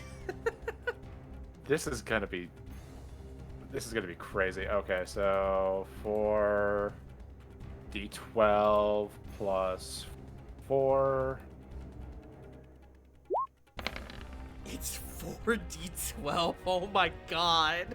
28 points of damage. Sheesh! This thing fucking. You see the curtain leap up from Adam and just in one movement, like a fucking snake, like a constrictor snake, just encompass around this thing, and there is a squelch and a small explosion of like ink. And the curtain is now coated in ink. Ink, quote unquote. And that was my bonus action. Yep. Action. Ripping out a cloak, ripping out a star, targeting this fuck. Okay, go for it. Okay, so whoops, I pulled up Ravon's. Focus fire on that bitch. Bip. 22. 22. All right. The magic missile courses forward from the cloak and just bombards into this thing, and it doesn't stand a fucking chance. Nobody sees that one. Okay, that is turn. Okay. All right. Up next is Adam, who is officially in the fight. He's kind of like, okay, you got this. You're fine. You're fine. Okay. What do we do? You're not a fighter, Adam. Okay. And he's gonna cast Mind Sliver on this one over by. He's gonna. Ravon's fine. He's only got one. He's gonna help. I'm gonna roll for it. He's gonna help Kore. He's gonna target this one. So that one needs to make a save. And it did not pass. Let me look up the damage for this again because I didn't mark it down. That is 3d6. Holy shit. Holy shit. Yo, my guy's fucking Satan up in here. What the fuck? Nice. 3 6s, boyos. Fucking Adam said, hey, yo, hail, brother. And fucking, so, Jesus Christ. Hail, Satan! Hail, Satan! So Adam, with like with in the midst of his panic, looks over to this one that's about to lunge on you, Kore, and goes, "Ah, fuck no," and he casts Mind Sliver, and this thing like locks up and fucking just begins to dissolve in its fucking spot. Let's see. What can you do as a bonus action? I don't know how your fucking stuff works, my guy.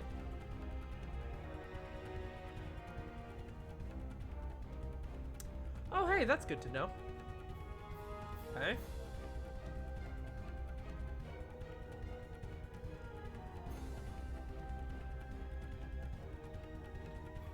I'm double checking a thing, sorry.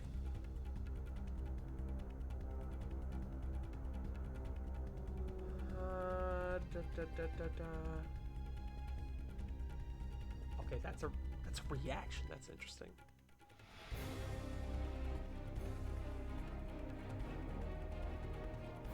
Oh, I fucked that up. I didn't know you could do that. Okay, I'll have to remember that for next time.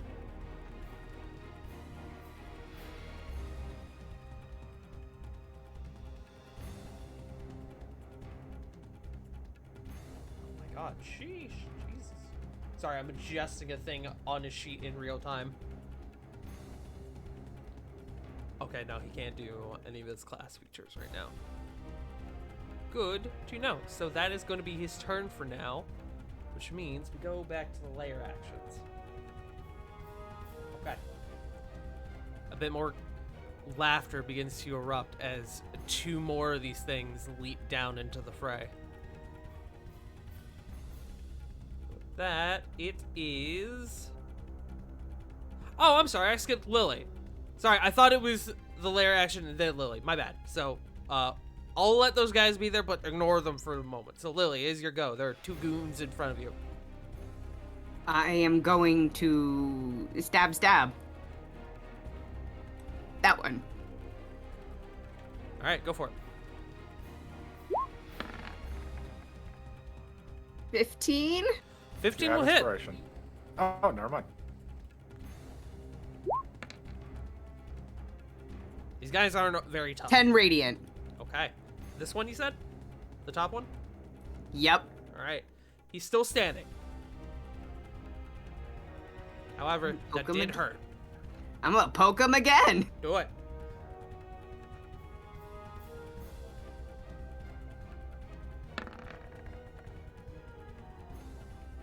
Roll damage. 25.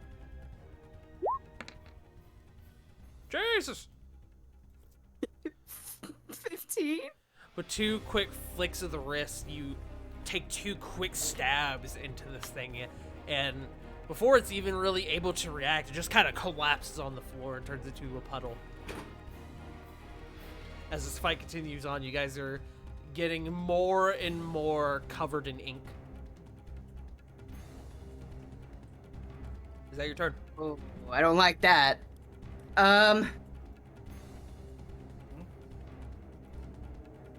You know what? Fuck it, I'm gonna Axis Surge and do it again. Okay, go for it. Stab. Go for it. Damn it. Roll. Birthday inspiration. Okay, birthday inspiration. Go for it. Woo! Thank you, birthday. It's not a nat one. It's not that Thank you, one. birthday. A 15 hits. Fun fact, the nat 1 would technically hit. 8. 8 damage. All right, you got a second attack.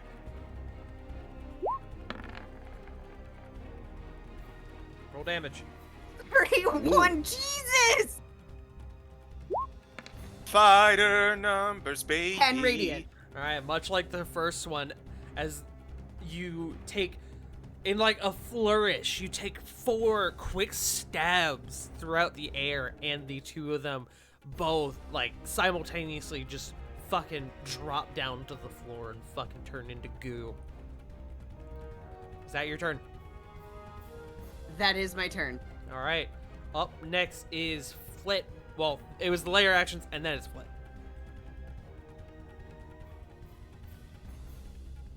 Flit's gonna look out to where she just kind of iced everyone. It's like, wow. I wonder if that's what they mean by cold reception. Boo! Lily laughs. High or low, you fuck. Low. It's the low-hanging fruit. You got lucky. Continue.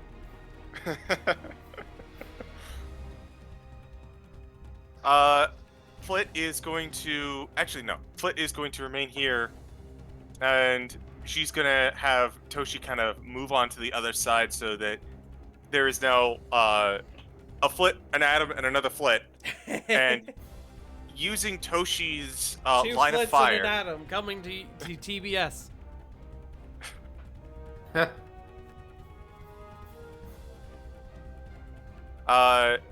So... Oh, My bad. My bad. Don't worry about it. Good. My cup fell. Apologies. using Toshi's space to draw a line of fire, I am going to have Toshi whip up some flame in their hands and attack this one with Produce Flame. Okay. Go for it. 15, 15 will hit. So, 20 damage. yep. This thing begins to bubble and boil as it goes up in flames, and as quickly as it came into the room, it is gone. That's my action and bonus. Okay. Alright. Who is up next? Rovan is up. Corey is on deck. You know, gonna do a crazy thing for Rovan. Oh, yeah? Gonna take a little creative liberty, but I'm a stab. I'm a slice him. Wow. Crazy. Go for it. Absolute fucking anarchy. Fucking mad lad. Alright, roll damage. 22. Okie dokie. A lot. So- 17. Alright, so Rovan stabs into this thing, and he is just barely left hanging on his blade. Just at this point, like, just desperately trying to get to him. Well, that sounds like a you problem. Second one. You don't even Almost need to a roll damage. He had one hit Okay. point. Which, actually, I guess I should... Hold on. I should roll the con save, because that's what I normally do. Okay, he did pass. Okay, so the 30 does go through. So, with that, Rovan just raises his sword and just cuts up through this thing, and it splatters onto the floor. Is that your turn? Oh, that is gross. Yeah, that's turn. Okay. Corey. There are 2 left. Corey's gonna shit a lot, and she will a laugh as she smacks the bitch in front of her. Do it. Smack the bitch. Laughs.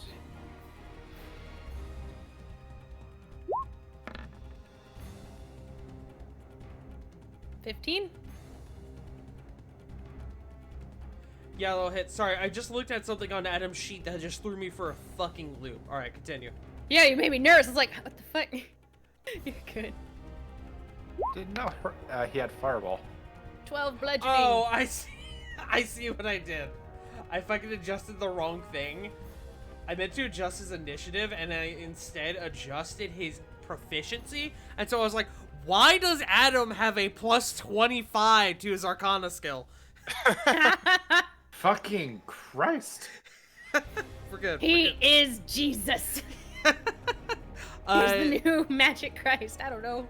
Okay, so you take a swing on this thing and you crack it, and where you expect like resistance, it just feels like you're just hitting a puddle, and there's a splatter of it across the floor, but it is still up.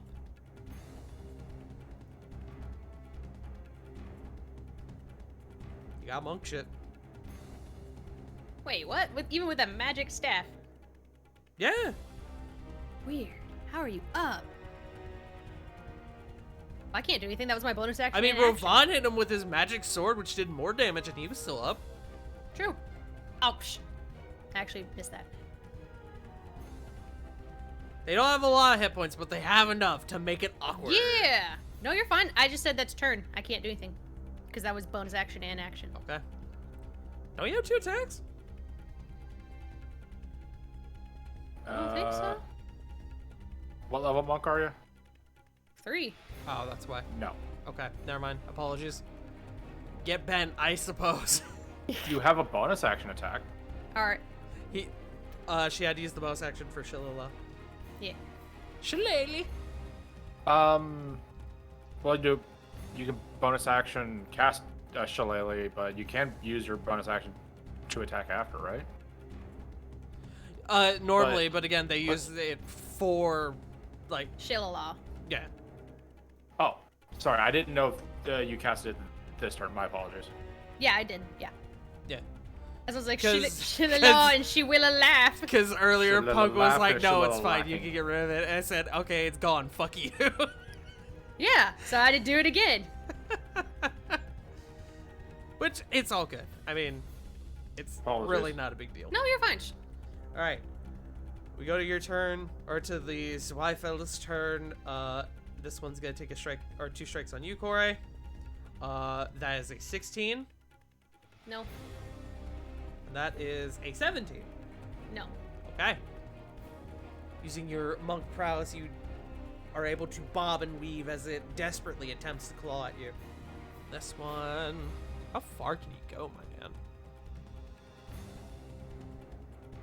You can literally get there, and then that is it. That is his turn. That is their turn.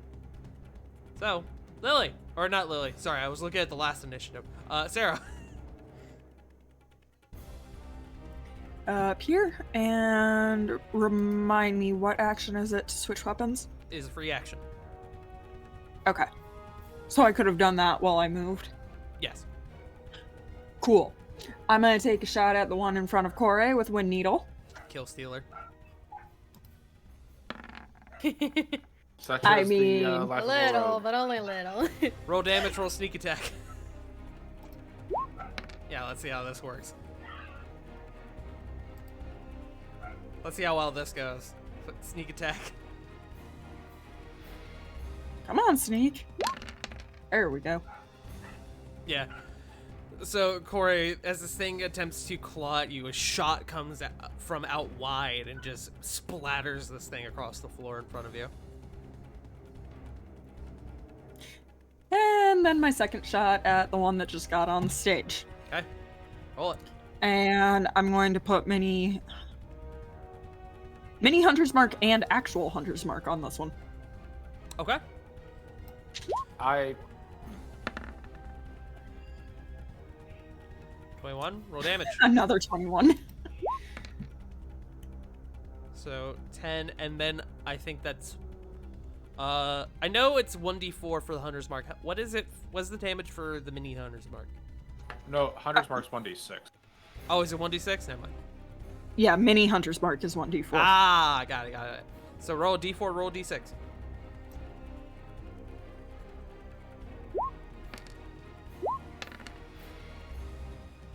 So that's 15 damage. Okay, he is still up, albeit barely.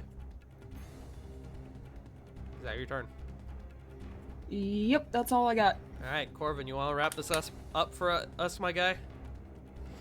I would love to wrap it up with the curtain. Okay. So that's 1, D20 plus 8. Boop. 27. I'm not even gonna make you roll damage. He has 3 hit points. Yeah. 16. I'm just gonna do it just for the fun of it. There's now an ink covered curtain on the stage. You guys wait for a couple moments. You wait to see if anything else appears. And nothing does. Mostly due to paranoia. Prestidigitate everyone to get the ink off of them. Okay. You all are clean. Do you do it on the curtain Especially as well? Of course, on the curtain. Okay. That is my buddy. All right. That's the end of initiative. And as we come out of initiative, we're going to take our break. Woo! Break time. Good shit, guys. Yeah, that was a fun encounter. That encounter, the way it works is that the layer actions spawn them over and over and over again until all of them are dead. To Hades' chest room. Yep. It is 1d6 of them spawn until you guys kill all of them. So that could have gone very badly. But I wasn't worried about it. They're not strong at all. They're not stopping. I'm just glad, because that was revenge for the encounter with Lorgana. True. All right. I'm just loving turning inanimate objects into mass murderers. Fucking curtain. Sick to chair on him. The fucking curtain. Ha! It can't go to hell for murder if it doesn't have a soul. How long does that Exactly. last, by the way? That's a good question, Mega Man. 1 minute. Okay, cool. As I wipe my brow. All right. It'd be busted if it was 1 hour. I'm not gonna lie. That's what I was worried about. But we are going to take our break. Thank you all for being here. And I guess I'll throw on some more chill music. Hold on. I'll throw on some more chill You got music. people to thank too. I was getting to that.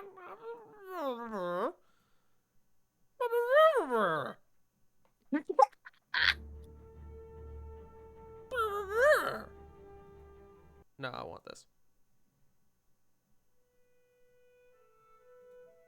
Yeah, it's fine. But yes, Sean, thank you very much for the raid with the party of 19, my dude. I hope you had a good stream. And Squeeto, thank you for gifting 5 tier 1 subs to Lakavan Mana, Helix Sucks, Cosmic Zeta, Sensuna84, and Sasquatch Wing. If you all have not been here before, this is our D&D 5e homebrew game known as War of the Shattered Sun. Possibly very maybe about to be taken off the internet, depending on what happens with the OGL. We'll fucking see what happens, but I'm gonna make content as long as I'm able to. You can be damn sure about that. But yeah, we do this every Sunday.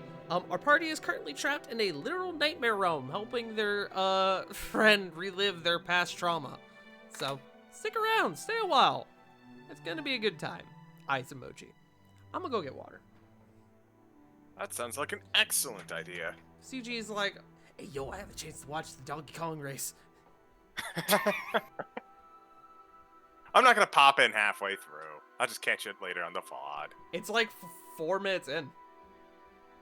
I stand by what I said.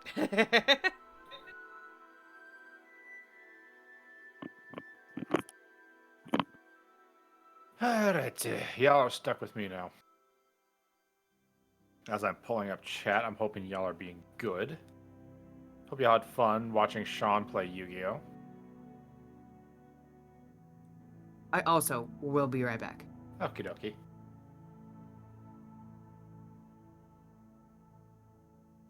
Yes, I see, frickin' Sean through the yoinkity spoinkity. I killed things with a freaking curtain. It was awesome.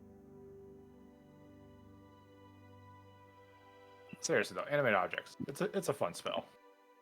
I am back. Hello. Ugh.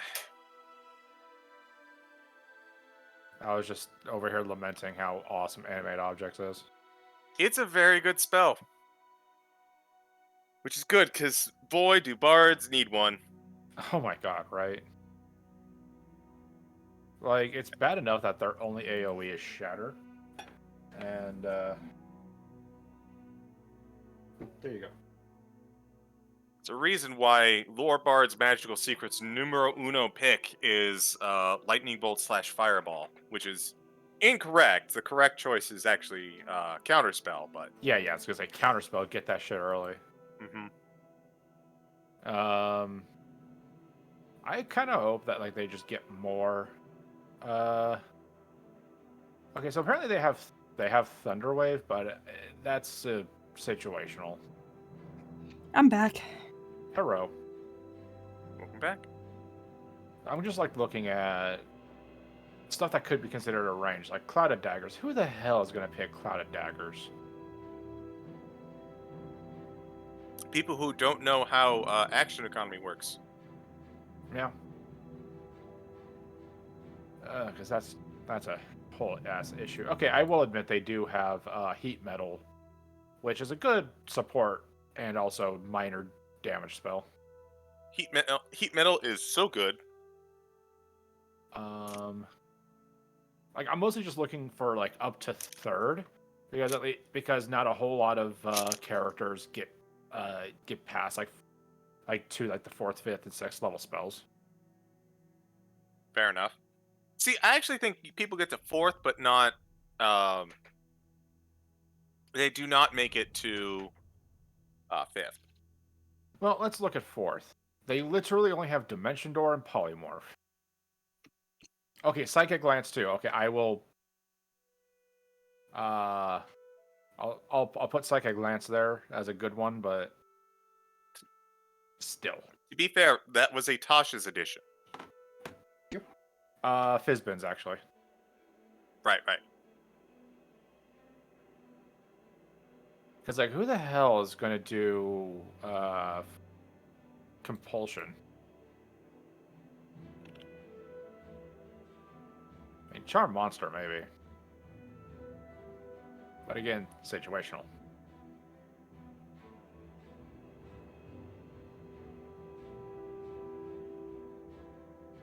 You guys would kill for Erupting Earth. Right. Which is Rock. admittedly also good. It just happens to exist in the same spell level as, Fireball and Lightning Bolt, so...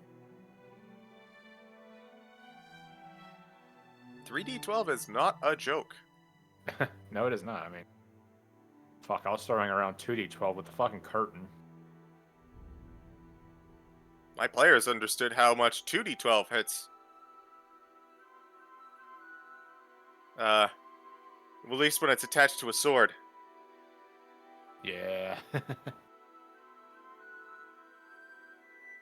Although, what I really want to do is, if I ever play like a Blasty Sorcerer, Mhm. I kind of want to take what my friend Luke used to do. He had a Dragon Soul Sorcerer, and he would always do Stinking Cloud, and then throw a Fireball in there for 2 extra d8s.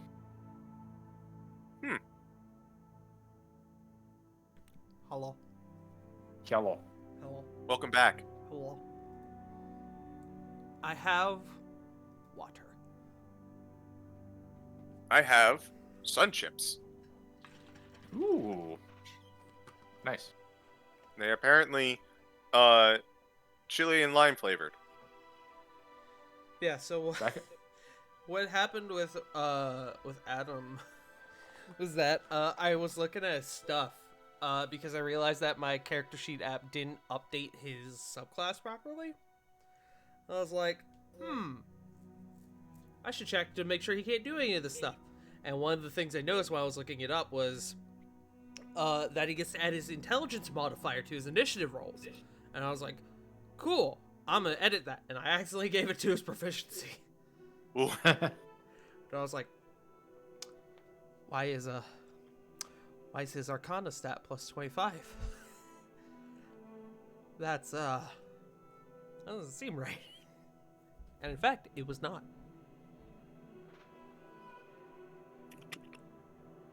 Perhaps one day, but not this day.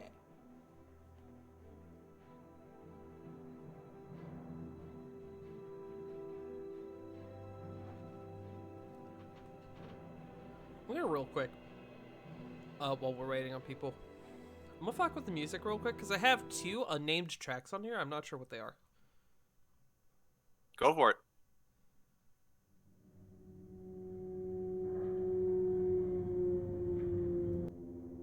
Okay, cool. What about the other one?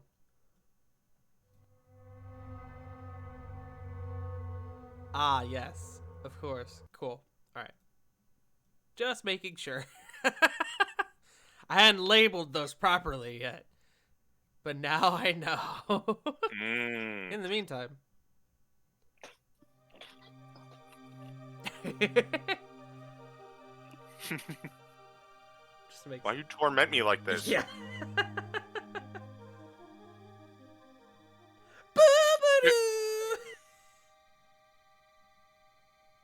Alright. Joke's on you. That music isn't even playing in that run that they're doing. True. Alright, I want to do a quick roll call. CG, hello. Hi. Tart, hello. Joe, hello. Right. Punk, hello. Okay, Punk is not there. River, hello. Okay, River is not there. And Sarah, hello. Hello. Hello. Oh, wait, is I'm there Punk? back. Okay, there's Punkles. Alright, so we're just Yeah, waiting sorry. on River. On the phone with my Jakey. No, you're good. Oh, tell me, Stinky. No, I was just getting an idea of who was here and who wasn't. Oh, wait, I'm missing one person. Haza, how are you doing, bud? Yo, Haza's here. Hey, I'm Haza. Hold on. I'm waiting for it. Hi, I'm Haza. I don't Freaking know he why it couldn't- picked it so it just showed his forehead. He couldn't make it on Tuesday nights, but you know what? We get him booked for Sundays. I thought you meant Haza was actually in the chat and I got excited. Hi, I'm Haza. Haza is my name. I'm a cool Australian guy. Dingoes ate my baby. Dingoes ate my Barbie. Anyways. Shrimp can't I go don't like. nowhere. I don't like this show. There's too many. There's too many shadow dogs. 4 out of 10. This ain't Digimon. This ain't Digimon. Oh, yeah. Daniel Nice. promised me Disney World. Disney World. Disney World. I'm sad. A freaking friend of mine was actually at Disney World with her family, and I just kept sending jealous World. texts.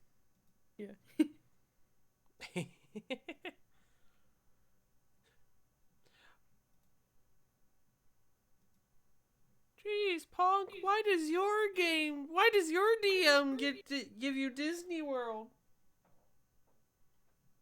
Because he's built different, bitch.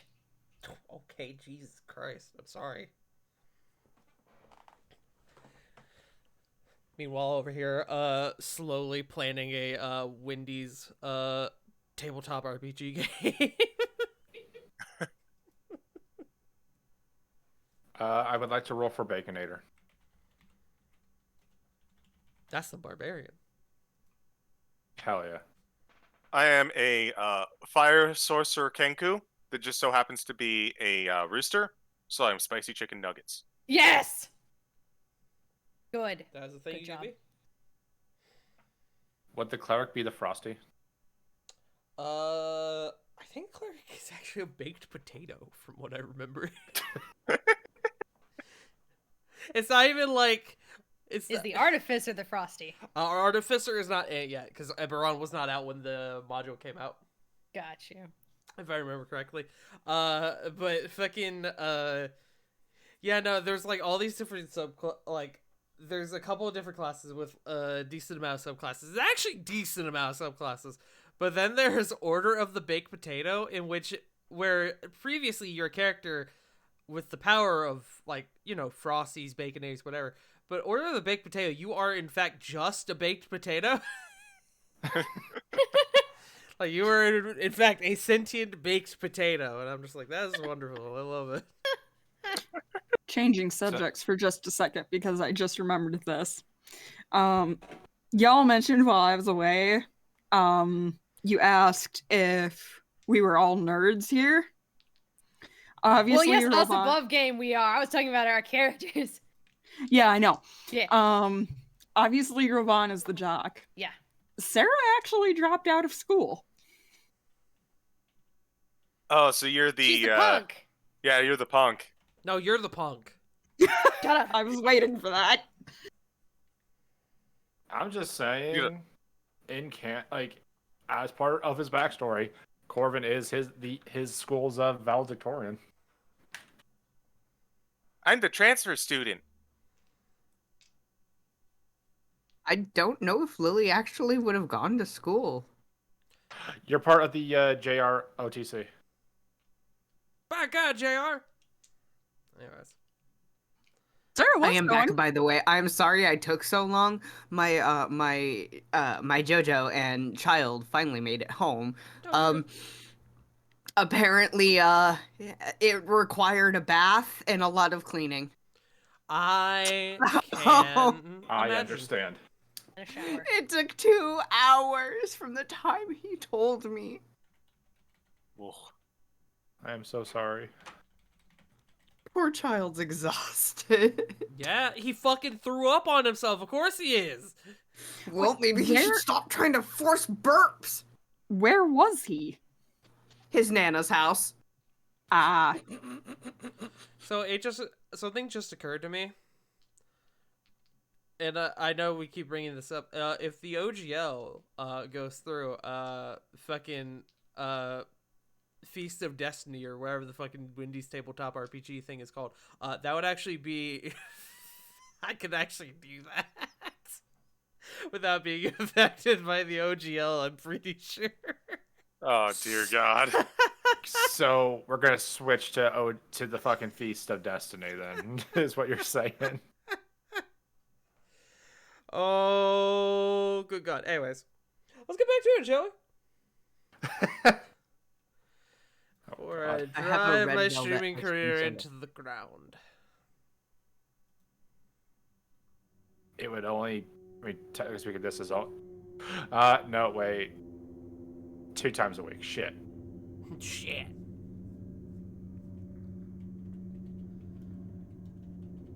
But as we come back to our game, and you guys are coming out of this initiative, Adam's standing there breathing decently heavily. Just kind of like, almost like somebody who's just come down from a panic attack. Well, that happened. But we made it through, right? And, based on what we heard, we know that was, you got past it. You also proved them wrong. Wow. If they were, Wow. they claimed it was all theory and speculation, but you were able to prove it. Yeah. They suck! Thank you, Corey.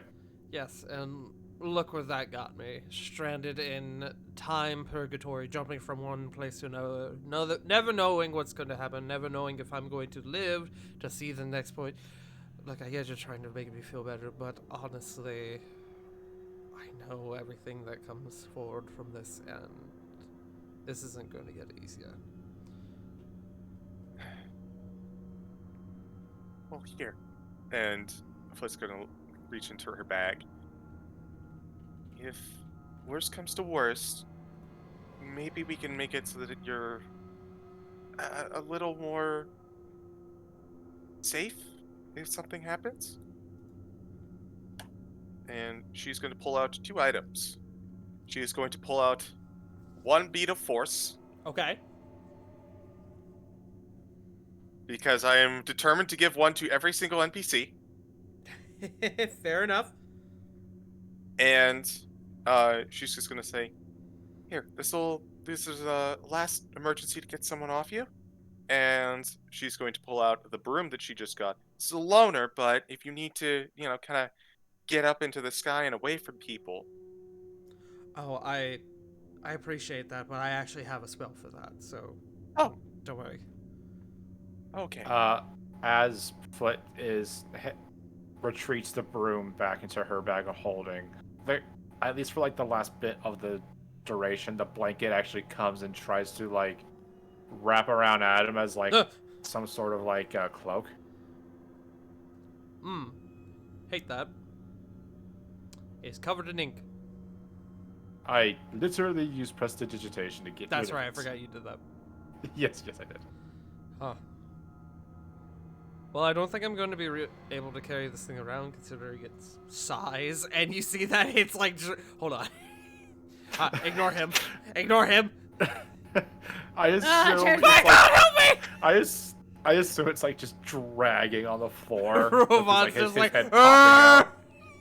popping out. It's like There's it's- one left. it's like a 2-year-old with like a towel cape just wandering around. It's just dragging like 4 feet behind them. Yeah. No. It's Or like a me towel. with my 10-foot blanket. It's like the 2-year-old wearing like the dad shirt to bed. Oh,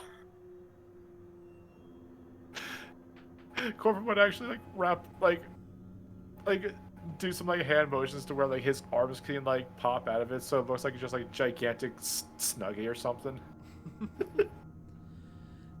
Adam kind of looks at the giant curtain now hanging from him and just goes, I appreciate the sentiment, but I'm good, thank you. And he slowly like takes it off of him. I assume at this point the spell fails and it just like flops absolutely. onto the floor. Yes. If this continues to go the way I remember, this is not going to get easier. So I hope you all are prepared. I'm trying to figure it out though. Like, I get it, it's supposed to be a nightmare, my nightmare, but like I feel something calling out to me, something from deeper in. I don't know what it is. It bothers me. Alright, let's break this down a little. After, I guess, everyone mocked you, what happened next? You claimed that this was the worst day of your life. What happened after? It wasn't the worst day of my life, it was the day that everything changed. But if what I think is supposed to happen is meant to happen, we go back out into the hall.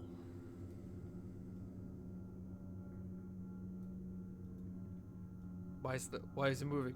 Why is it moving?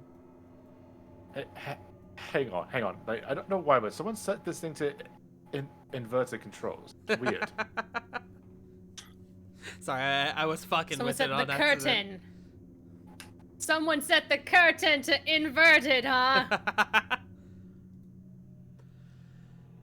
Listen. For the Percy Jackson, this is a pen. Yes. Curtain.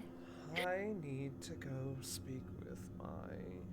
And you all, as he's about to finish that statement, you hear from the top of the room here, Father!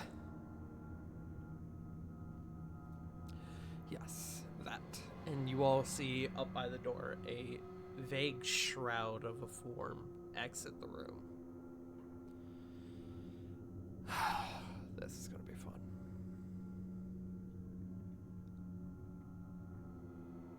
it's okay. We're gonna have to get through it, but we're here for you. Thank you. I appreciate that. Alright. And he begins to move back towards the entranceway to where you guys came in. as you do, as you begin to exit this room and back into the hallway of which you came from,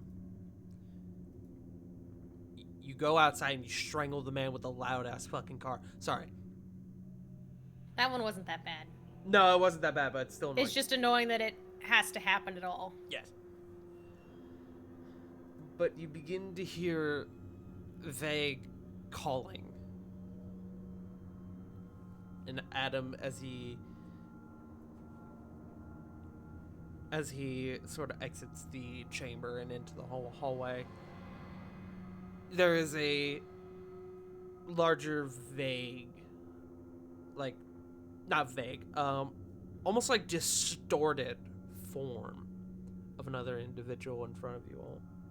Same features as the man who you saw leave the chamber in the previous memory. Father. The man turns around. You can see that it's no check required. It's the relationship is evident. You can tell that's very obviously his dad. The relation is very much there. But as he turns around, he goes, "Are you trying to embarrass our family, Adam?" No, honestly, time travel? What were you thinking? I told you to do your thesis on theoretical fusion. At least that has merit. Lancaster has been researching it for the last 3 years. I'm sorry. Sorry isn't good enough. Professor Iota has filled your head with fantasy. I'm assigning you to a new professor. What? A new professor? It's the end of the year. Exactly. You have a month to put together a passing thesis, and I will not let him taint your mind anymore. But, Father, no buts! You had just done what I had asked in the first place. This wouldn't be necessary. But you can fix this. You can fix this. Do your thesis on theoretical fusion, and you will be able to graduate. Simple.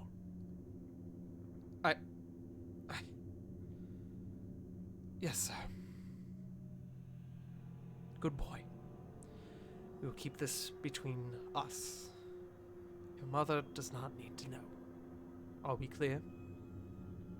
There's a pause. Are we clear? Yes, sir.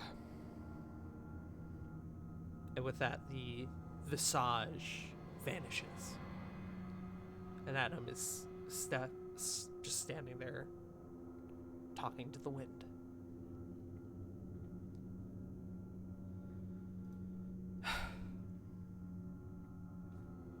You can see he kind of rubs his face a little bit. The semblance of tears in his eyes.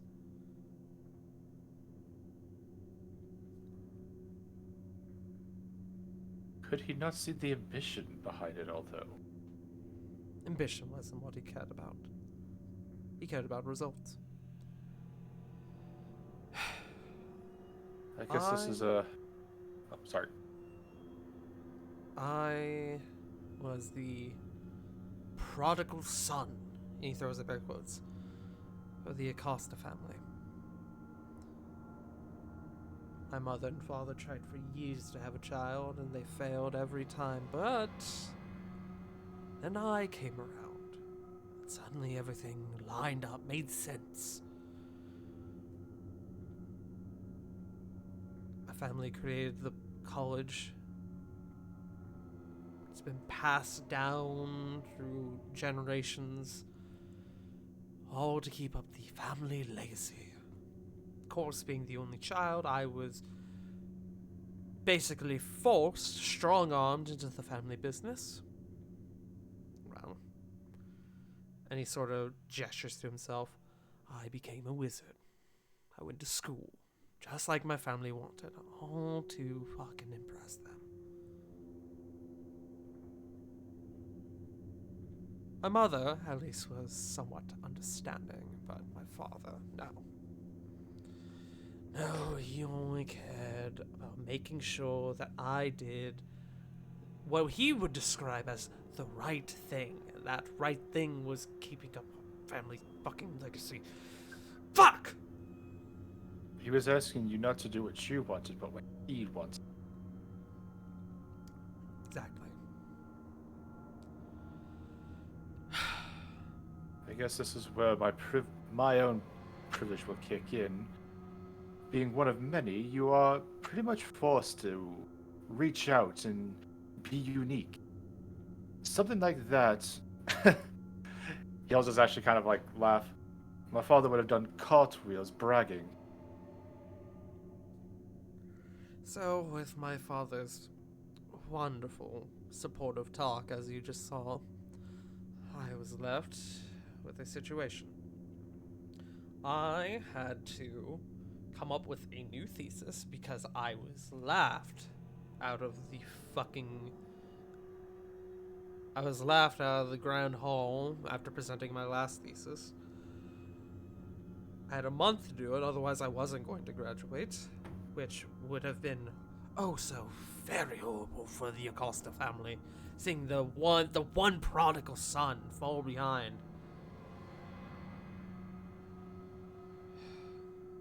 I had very little options. I didn't know what to do. So I went to the one man who had really helped me thrive in this college. Reno. No. Professor Iota. Who now, I believe, is headmaster, if that's correct.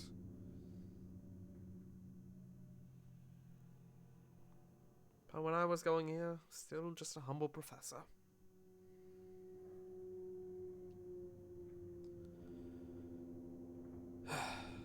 Suppose I know where we're going next.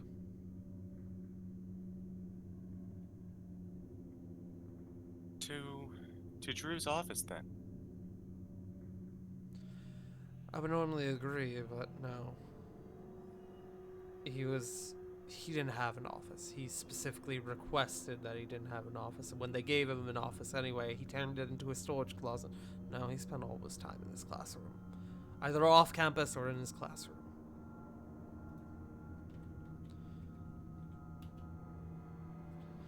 So I suppose that's where we're going next.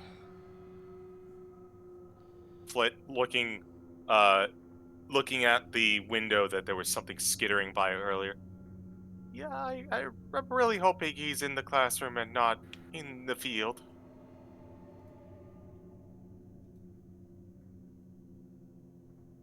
This may be it's a strange thing, this place. Like, this is the source of your nightmare, right? But it's almost like everything outside of it is formless. Like,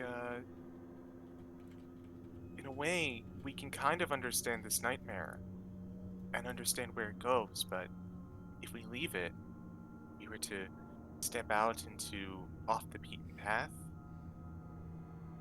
could be a lot more of those inky wolf things or worse. She kind of shudders.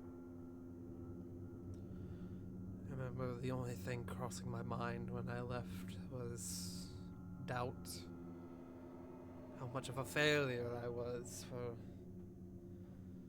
not listening to my father, how he was right, but it wasn't what I wanted. I thought if I could push, if I could show somewhat my vision, it would... But it didn't work out, obviously. The first Chrono G wizard that school had seen in decades laughed out of his very own thesis.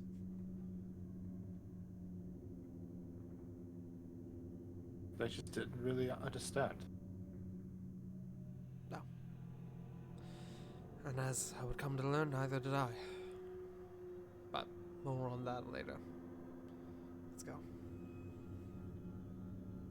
And as he kind of turns to walk away, you see his feet kind of buckle, and he kind of loses his balance, and he kind of shifts up against the wall. Ah, fuck.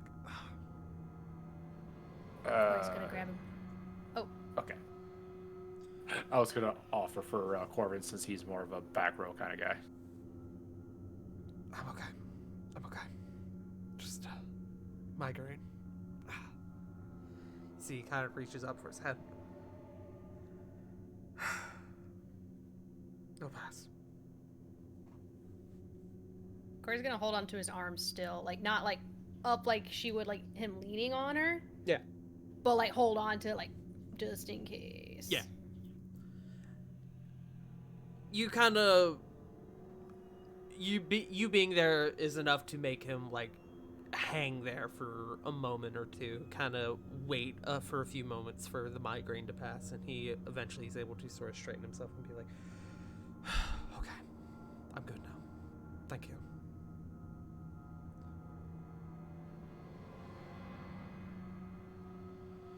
Let's keep moving. And he begins to walk forward. I presume you all follow. Mm-hmm. Mm-hmm. Mm-hmm. He begins to move back the way you came, and as he rounds the next corner, he stops and he goes, oh fuck. Other way, other way, other way. And he quickly turns around. You guys haven't rounded the corner yet. Does anybody look? Yes. Yeah. Yes.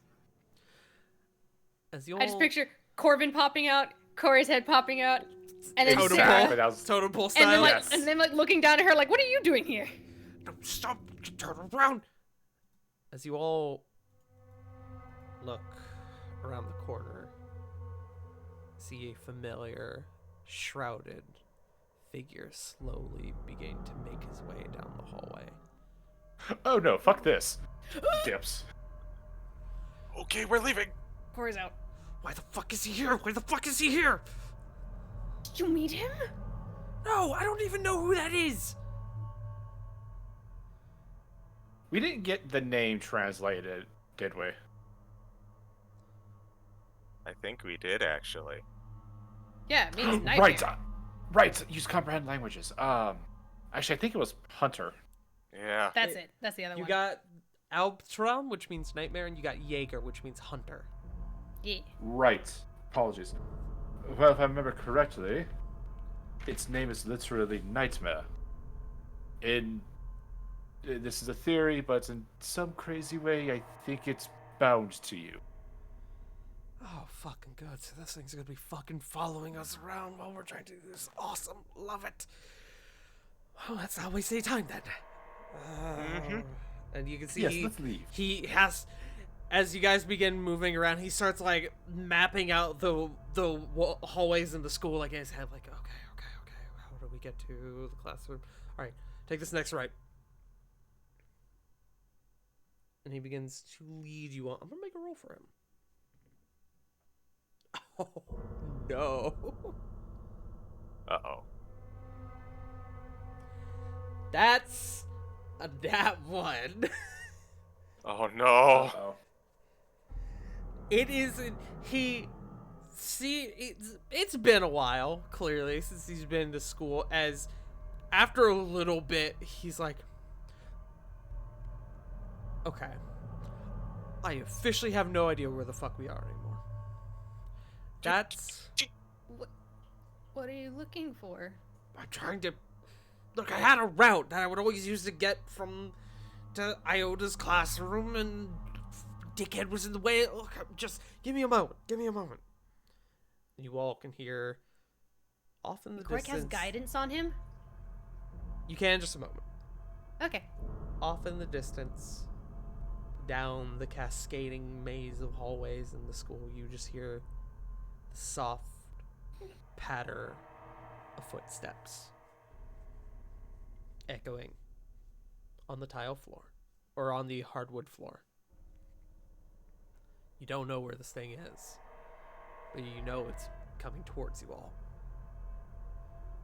If you want to cast guidance, go ahead. Sarah's actually going to. Well, Corey does that. Sarah's going to speak up. Do you remember his room number? 1. You're gonna make me really fucking roll up a room number. Hold on. Hold on. I mean, to be fair, we could be like, you could be like, yes, it is this number. I gotta make it look legit. I gotta make it seem legit. It was 226. Sarah starts looking around, and you know how there's You have no idea where you are. I was gonna say there's generally signs in schools, but okay. True, but You guys are in the middle of like a 4-way stop. There is very little like here to be able to give you context as to where you are in regards to the rest of the school. So there's no like signs that point towards different wings or numbers. Not in this spot. There probably are, just not here. Not where you guys currently are. Would Sarah remember seeing any? Make me a history check.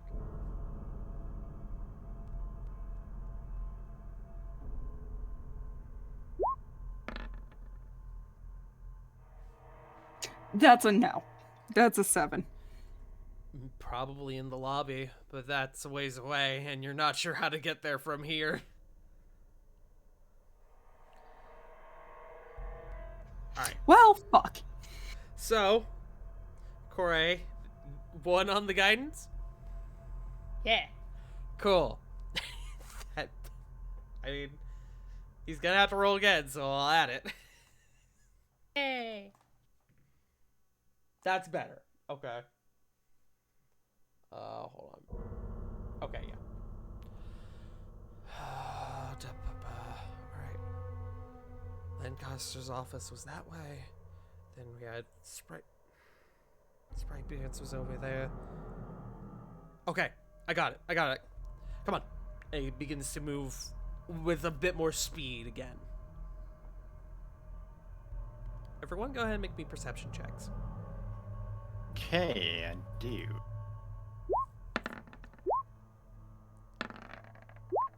18. 21. 2 anyway. Good shit, y'all. 16. As you all are moving Uh, forward. Did someone need to roll for Ravon? Not Ravon doesn't need to roll for this. Okay. Okay. I would say if you guys rolled low, I would have him roll just because it's like, you know, at least somebody will get it, but you all rolled perfectly fine. There is another bellowing cry that courses out throughout the school. It's deep. You guys can tell that you're closer to it, but you still can't quite make out its origin. But as you guys are moving forward, you hear the sound of the footsteps of the Alpstrom dissipating a little bit. Like they're farther away. Adam leads you all to a staircase and goes, alright, 2nd floor. So, come on. And he begins to go up the stairs. Follows. Following. Yeah, just following.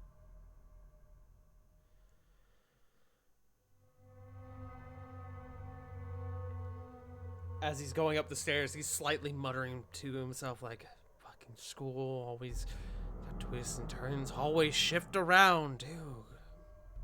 I remember this, it was fucking Wednesday. Wednesday is, halls are all fucked up. He's- Sarah mutters in the background, at least it's not Warthog.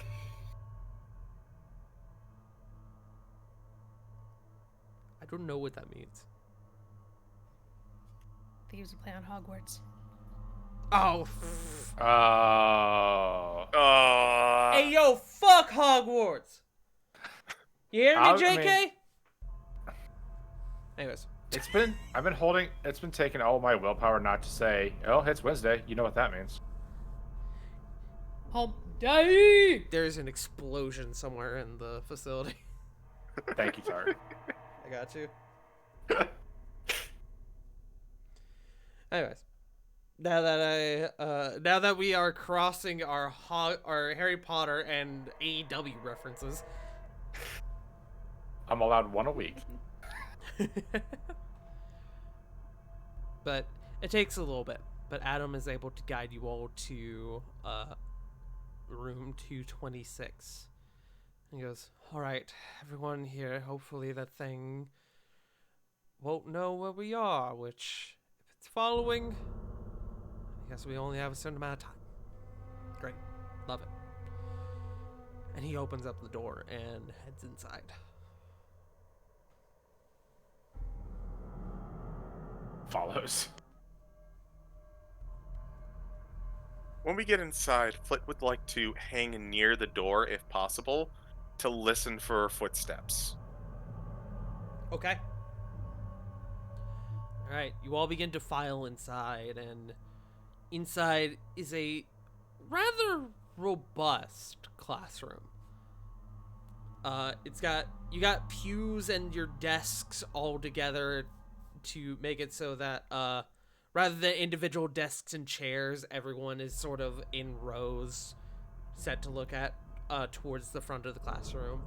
There are large bookshelves filled with potions and books alongside the walls, and you see on the right side there are large stained glass windows similar to what you saw in the entranceway.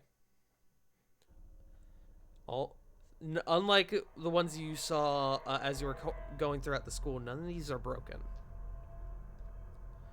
And the most defining feature in this room is way in the back there's a large tree it's got like gray wood, like gray bark and purple leaves with specks of white in there. You presume those white specks are probably flowers. But Adam begins to approach the desk, and you hear, as you're entering this chamber, you all hear the distinct sound of chalk on board.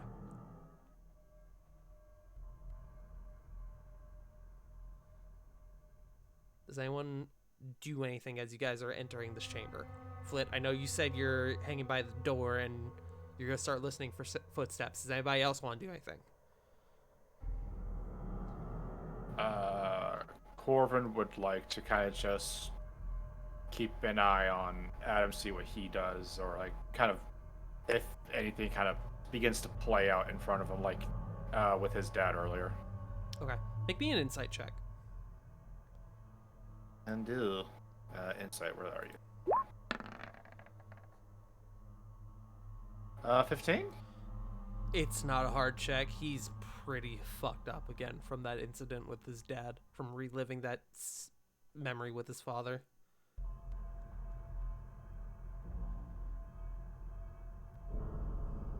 He's just gonna not keep a distance. He's gonna be within arm's reach, but he's still gonna kind of give Adam some room to breathe. Okay. What about the rest of you?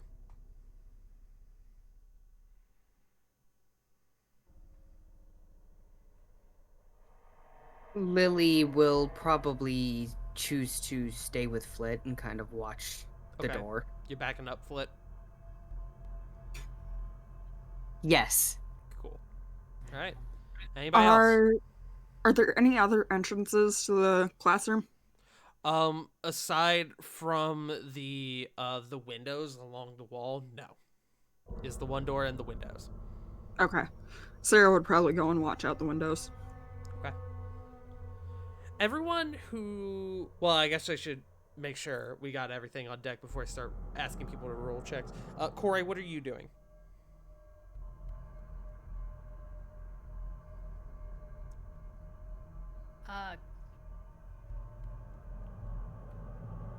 It doesn't have to be in anything particular. specific. Yeah, nothing in Okay. particular. Just waiting, Probably- listening for anything that comes. You know.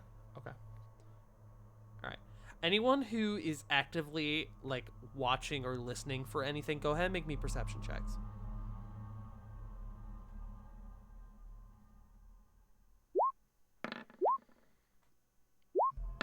That's an 11. 8. 13. 26. Good shit. Flit. Nice. Okay. As you all sort of begin to fan out in the midst of this room, some of you heading for the window, some of you staying by the door, some of you following Adam, there's a voice, a familiar voice that kind of echoes throughout the room. Not as old as you may remember, but it comes from a familiar looking individual back by the chalkboard.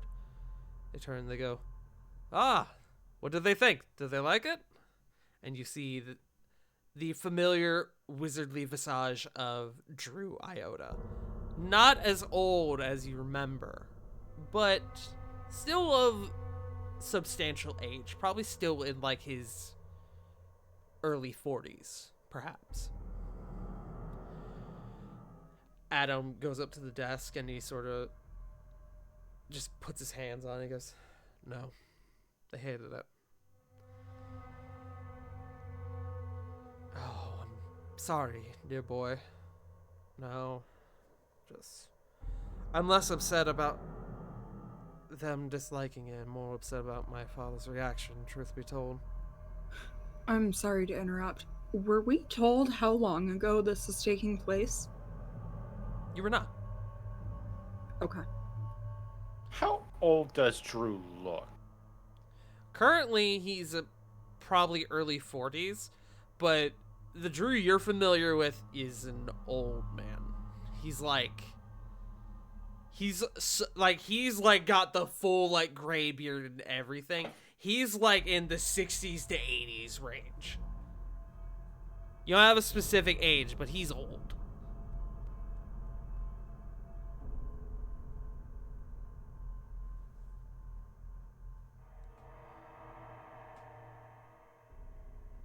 Any other questions? Just to make sure everybody's on the same page. Nah, I'm good. Quick question. Yes. Up until now, we have been acting under the assumption that we cannot interact or be heard or anything by memories, right?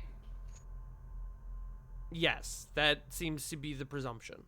It seems to be Adam is pulled into these scenes that he is reliving. Okay, good. Continue. And you guys are just sort of like outside perceivers. Yeah. Let me guess. He told you you should have done your thesis on theoretical fusion, yes? Yeah, god damn it. Your father has your best interest in mind, but sometimes I wondered if he's... And you didn't hear it from me, and he leans... At this point, Drew comes over to the desk. You didn't hear it from me, but sometimes I wonder if he's fully capable of being able to run the school. And Adam goes, "Oh, Professor, how you know I'm kidding?" Mostly. They both kind of chuckle a little bit. So, and you see Drew kind of like opens up his like robes and starts putting a couple things on the table, on the desk in front of him. For anyone who wants to attempt to perceive what these are, go ahead and make me perception checks. 11. 18. 24. 13. 27.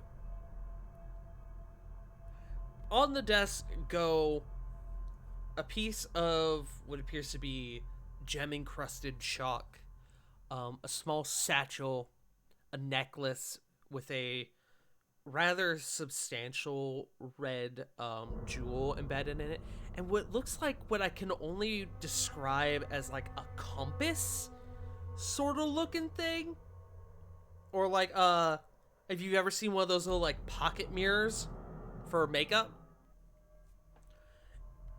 It's got But like a compass, like the one from Pirates of the Caribbean. yeah. It's got like a little like it's the size and shape of a compass, but it's not a compass. It just kind of looks like one. Gotcha. And it's got runes on it that are very vague, inherently magical. No check required for that, but none of you are exactly sure what they mean. And as he's sort of saying these things on the desk, Adam goes, I'm not really sure what to do now. They've given me until the end of the year to come up with a new thesis, as I expected they would. Which doesn't make me feel better, but I mean, I have to graduate, right? Dear boy. Dear boy. Don't let anyone here pull you away from your passion. But I mean, my father... Damn your father! And Adam sort of is like, recoils a bit, and he kind of looks around like, fuck, did anybody hear that? Look, your father, I understand your desire to impress your father. But when are you going to start thinking about you? Your future? Your family is fine, your family's secure. You need to think for yourself, for once. Adam sort of pauses and looks at the stuff on the desk. My boy. Hit the books again. And come up. Find something. Something to sell them on your thesis. And I'll do what I can to help you out, of course, as I always do. But your future is up to you. And Adam looks up and he slowly nods a little bit. I don't know, something feels off, Professor. It's like it's like they're out to get me. Boy. My dear boy, you are in school. Of course everyone's out to get you. He laughs a little bit, and he turns around. And he begins to move back for the chalkboard, picking up the piece of chalk that was on the desk as he goes. And Adam kind of watches him goes and then continues to look at the stuff on the desk.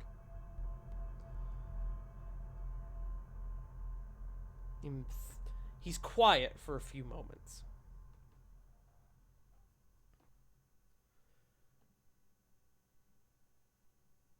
And he looks like at a couple moments he goes to say something and the words just can't come out. You watch as he looks at the compass looking thing on the desk. And he slowly reaches over and he picks it up. And he begins to look over it.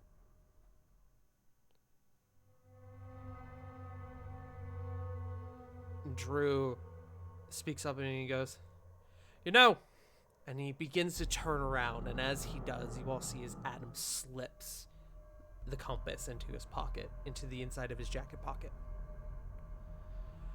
There was a student who was actually working on a similar thesis, and they were struggling a little bit. Perhaps they can give you a bit of insight. And Adam goes, oh, all right. Who would that be? What's the name? Eberhard, I believe it was. I'll make sure to send them your way. Adam nods a little bit. Thank you, Professor. I feel like I'm going to need all the help I can get. And with that, the visage of Drew Iota begins to dissipate. And Adam, you watch. You see the items on the desk also begin to dissipate, but you watch as Adam reaches into his jacket pocket and pulls out the compass. Still solid. What? Why? How is that still here? I've had It's it for part a of the very dream. long time. Oh. That man helped me in every possible course of action. But the moment I slipped up, do you know what I did? I took from him. He kind of clenches his hand around the compass. And he, with his other hand, he punches down on the desk. Fuck! Shit. For all you know, Drew may have tried to subtly give it to you. I thought that possibility has crossed my mind, but that doesn't make me feel better.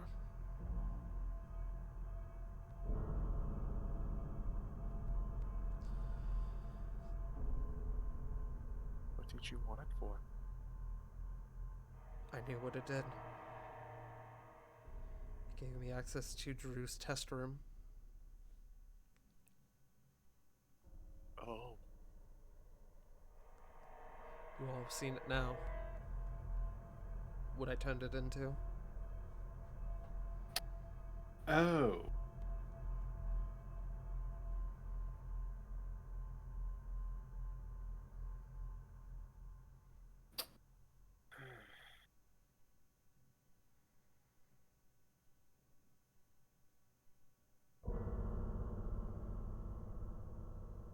I always wonder if I could.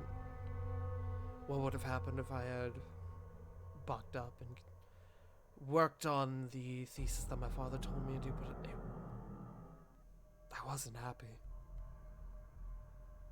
I had reached a point of desperation.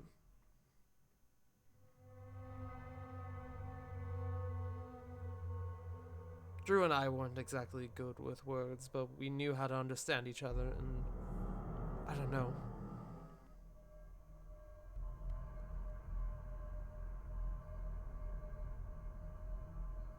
I felt powerful taking this from him. Now I hate the very sight of it.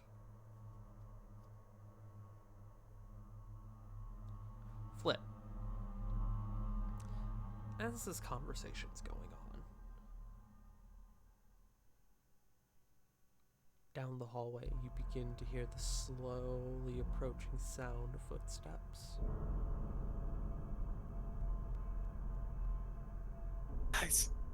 Guys, she's gonna whisper, footsteps. Is there another way out of here? Adam sort of turns around. Oh, there's either the door or the window. Sarah. As Adam says that and turns towards the window, you kind of, after getting caught up in the conversation a bit, you look. And you see, cresting over the roof of the school, several humanoid-sized figures. They are composed of this wrinkled gray flesh, and they have large sprouted like bat wings covered in sinew. And the most important detail you notice is that none of them possess faces, just a vague shape of what of a human head, where a face should be. And as you sort of pause and you're processing this, you watch the collection of them leap off the roof and begin to fly towards you. Sarah's eyes go wide. Nope. No, absolutely not. Fuck that. Window's no good. Why? What's going on? Creatures. As Sarah turns around and says that, there's a shattering of glass as one of these creatures just completely, not even like with any grace whatsoever, just dive bombs into the window and clatters onto the floor. Down on all fours, it kind of looks around and looks at the collection of you, and it doesn't make any noise, but it's clear that it's got this feral instinct to it, and more begin to fly into this room, a collection of about 6 of them, and they begin to spread throughout the room. And as you all begin to take up your weapons and you begin to prepare your spells, Flit, the door next to you, poof, thrusts open. You said that first one clattered on the ground. Would that be like right next to Sarah? Maybe. Perhaps. Is it close enough that she could stomp on its head as a reaction? Not this session. Okay. Oh. Oh dear.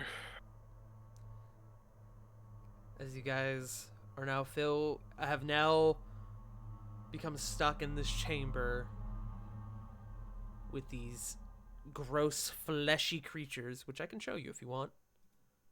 A little bit. Maybe.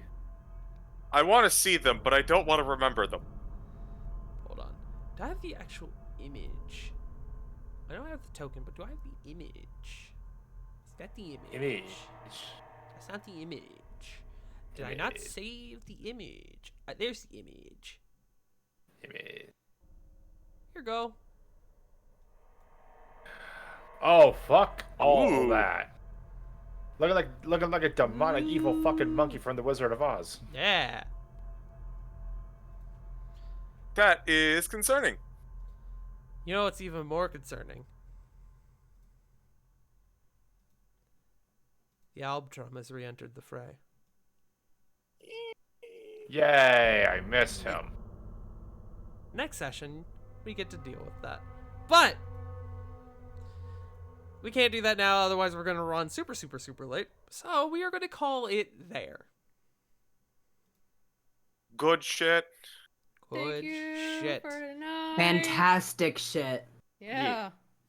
Trauma dump. Trauma dump. Trauma dump. So, with that being said, thank you all for being here. Let's go ahead and go around the table. We're gonna start with J Frost. Hey, how's it going? Hey, how's it going? My name is J Frost 747 Gabagoo. I played Rovan Sionis. Sion is. You can find me at twitch.tv/JFrost 747 Gabagoo. Thanks, J Frost. Pass it someone. I'm J Frost Gabagoo. I'm gonna pass it to Joe. Thanks, J Frost. Also, I liked the linguini that you had the other day. Anyway, Hey, you're welcome, man. hi everybody. My name's Joe. I don't do anything, so I'm gonna go ahead and say, check out twitch.tv/Dr_Caliban. I am a mad scientist VTuber. Check out my YouTube as well. Where I post the etiquettes to evil. So that's been fun to produce. Anywho, go on over and shift it over to Sage. Where can we not find you? I forget it. Hello, Caliban. Does Dr. Caliban have an underscore in the name? Yep, got it. Yes. Continue. Hello, I am the CG. You can find me nowhere because, much like that person, I also do not do anything and have no social medias or any way to contact you. I'm very private. It translates to also kind of lonely. But you can find me hanging out with good friends on other channels, such as twitch.tv/BurnoutVaughn every other Saturday, where we do the Strixhaven campaign, Saved by the Spell. We had a nice, relaxing pre-exam chicanery episode last time. This week, we're probably going to do studying. Probably better than this last couple of times that we've done, that we've been in a school in this campaign. You can also find me on this channel, obviously, for every Sunday. But you can also find us this Tuesday for the return of our Curse of Strahd game. Wherein, thank you. It's been a while, so Woo! I was wondering why I had money. That's the real reason we don't do Curse of Strahd, is I don't have to pay Joe for all of his maniacal laughter that month. I'm expensive. Mm-hmm. But yes, Curse of Strahd is returning. Our party has basically done everything in Barovia except one last part of it. They've done everything except for doing Strahd. Hell yeah. Mm-hmm. Yeah, so tune in on Tuesday to see the return of the campaign for not very much longer. We're gonna be wrapping up pretty soon. But Gruesome's heck. We're gonna wrap up one way or another. Either we're going to win or we are going to TPK. mm-hmm. Let's go. But that is some dread I'm going to leave for Tart and crew. I'm gonna pass on over to Puckles. You all can find me on Twitch, Twitter, and sometimes TikTok. Yeah, I played Kore. I streamed earlier today. Streams are kind of up in the air, but Woo! you Binding can... Magic. Yeah, I enjoyed the fuck out of it, and also enjoyed talking some 40k, some Warhammer stuff with Nero and Mal and Caitlin, and it was a lot of fun. But yeah, I'm kind of up in the air. You can keep up with me on Twitter. It's where I'm most active. River. That's me. That's you. You can find me over at twitch.tv/WickedRiver97. Wick Where, Driver. God damn it, don't. Wick I Driver. hate that. I hate that. Wick Driver. Tart. I am Drive me confused. fucking nuts. It's what you do. Get him. I'm playing through BioShock. I'm playing through Bug Snacks. I play Cozy Grove, which we're getting damn near close to finishing. I do lots of stuff. I have new things coming once I figure out how to work my fucking drawing tablet correctly. But yeah, that's where you can find me. Sarah, Damn it. you weren't getting out of it. Hey, it almost worked once. Why couldn't it have worked? No. They You can find blame me Joe at Twitch. for it never working. That's Yeah. fair. I They was can thinking- find They can find me at twitch.tv/wolfstalker16. I likely am not going to be streaming this week. I am very, very busy this week. But hopefully next week I'll have some free time and be able to do at least one stream. Because I do really want to finish exploring the new territory in the Long Dark. I haven't gotten to do that. And I do have a few other games I want to play on stream. But that is all I have. I believe the only one left is Tart. Hello, it is me, Twitch's puddingest pastry and resident speedrun connoisseur. You can find me at twitch.tv/fartingtart, where I do D&D. I do variety games. This week we've got a few things going on. We've got tomorrow, we have our next episode of Hot Dairy Queen, Horde of the Dragon Queen, where we are about to raid a bandit. Shadow Legend? Yes. We are about to raid a bandit camp filled with very bad dudes. A few of which we have fought already. Apparently they can control dragons or something. I don't know. It's probably going to go very poorly. Tuesday, we got the Curse of Strahd, as CG mentioned. Wednesday, I don't think anything's going on Wednesday. I was going to say Bears of the Torch, but that was supposed to be this past week, so I don't fucking know. Yeah, not a ton of streams for me this week, because on the days where I'm not doing anything, I will be chilling and watching AGDQ, because I love AGDQ. It's fucking, the GDQ is fucking my 2 favorite weeks of the year. So, probably nothing for me on days where I don't have a thing planned, or planned already. Friday, though, make sure to tune in, as we're going to be continuing our Resident Evil 5 co-op playthrough with my buddy Johnny. We're having a super fun time with the game so far. And it's very funny just seeing Johnny's reaction to the stuff that I know has happened or know is about to happen. So yeah, we're playing a definitely not racist Resident Evil, if you will. But yeah, Yeah, there's no undertones in that fucking game. no, not at all. But yeah, that's me. We gotta find someone to raid. I guess I also gotta thank Helix. Helix, thank you for the raid. I appreciate you. I hope you had a good stream, friend. Alex. Helix. You should. Y'all should go follow him.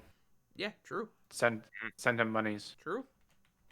So I see literally, I only have Bromad, Connor, and Squatch. Oh, and Rabbit too. How's Squatch doing? Squatch is doing HKAW.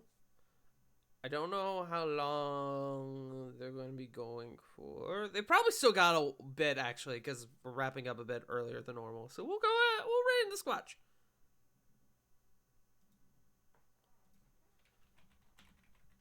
Everyone go show Squatch a little bit of love. Let him know who sent you. We will be back, hopefully, next week, provided the OGL doesn't fuck us over, which is something I guess we should talk about. So, the OGL 1.1. A lot of shit's up in the air with that. A lot of shit is up in the air with that. And none of us are happy about it. Nope. Nope. But Fuck you, Hasbro. But what I Fuck can you, fucking Hasbro. promise you, is that even if I don't make money from it, because I'm willing to bite that fucking bullet, as long as I am able to provide D&D content for you all, I'm gonna fucking do so. I am gonna fucking do so. Brad lad. I Wait. am fucking super pissed about the OGL, and I am highly in the ship of like, hey, go and fucking like boycott this fucking call Wizards of the Coast. There's a whole post on Twitter which I need to find about ways that you can help combat the new OGL changes. But as far as I'm concerned, I'm gonna keep making content for y'all until I physically fucking can, until Hasbro kicks my fucking door in. But go show Sasquatch some love. We're heading out. Bye-bye. We will see you next week. See ya! Bye. See ya.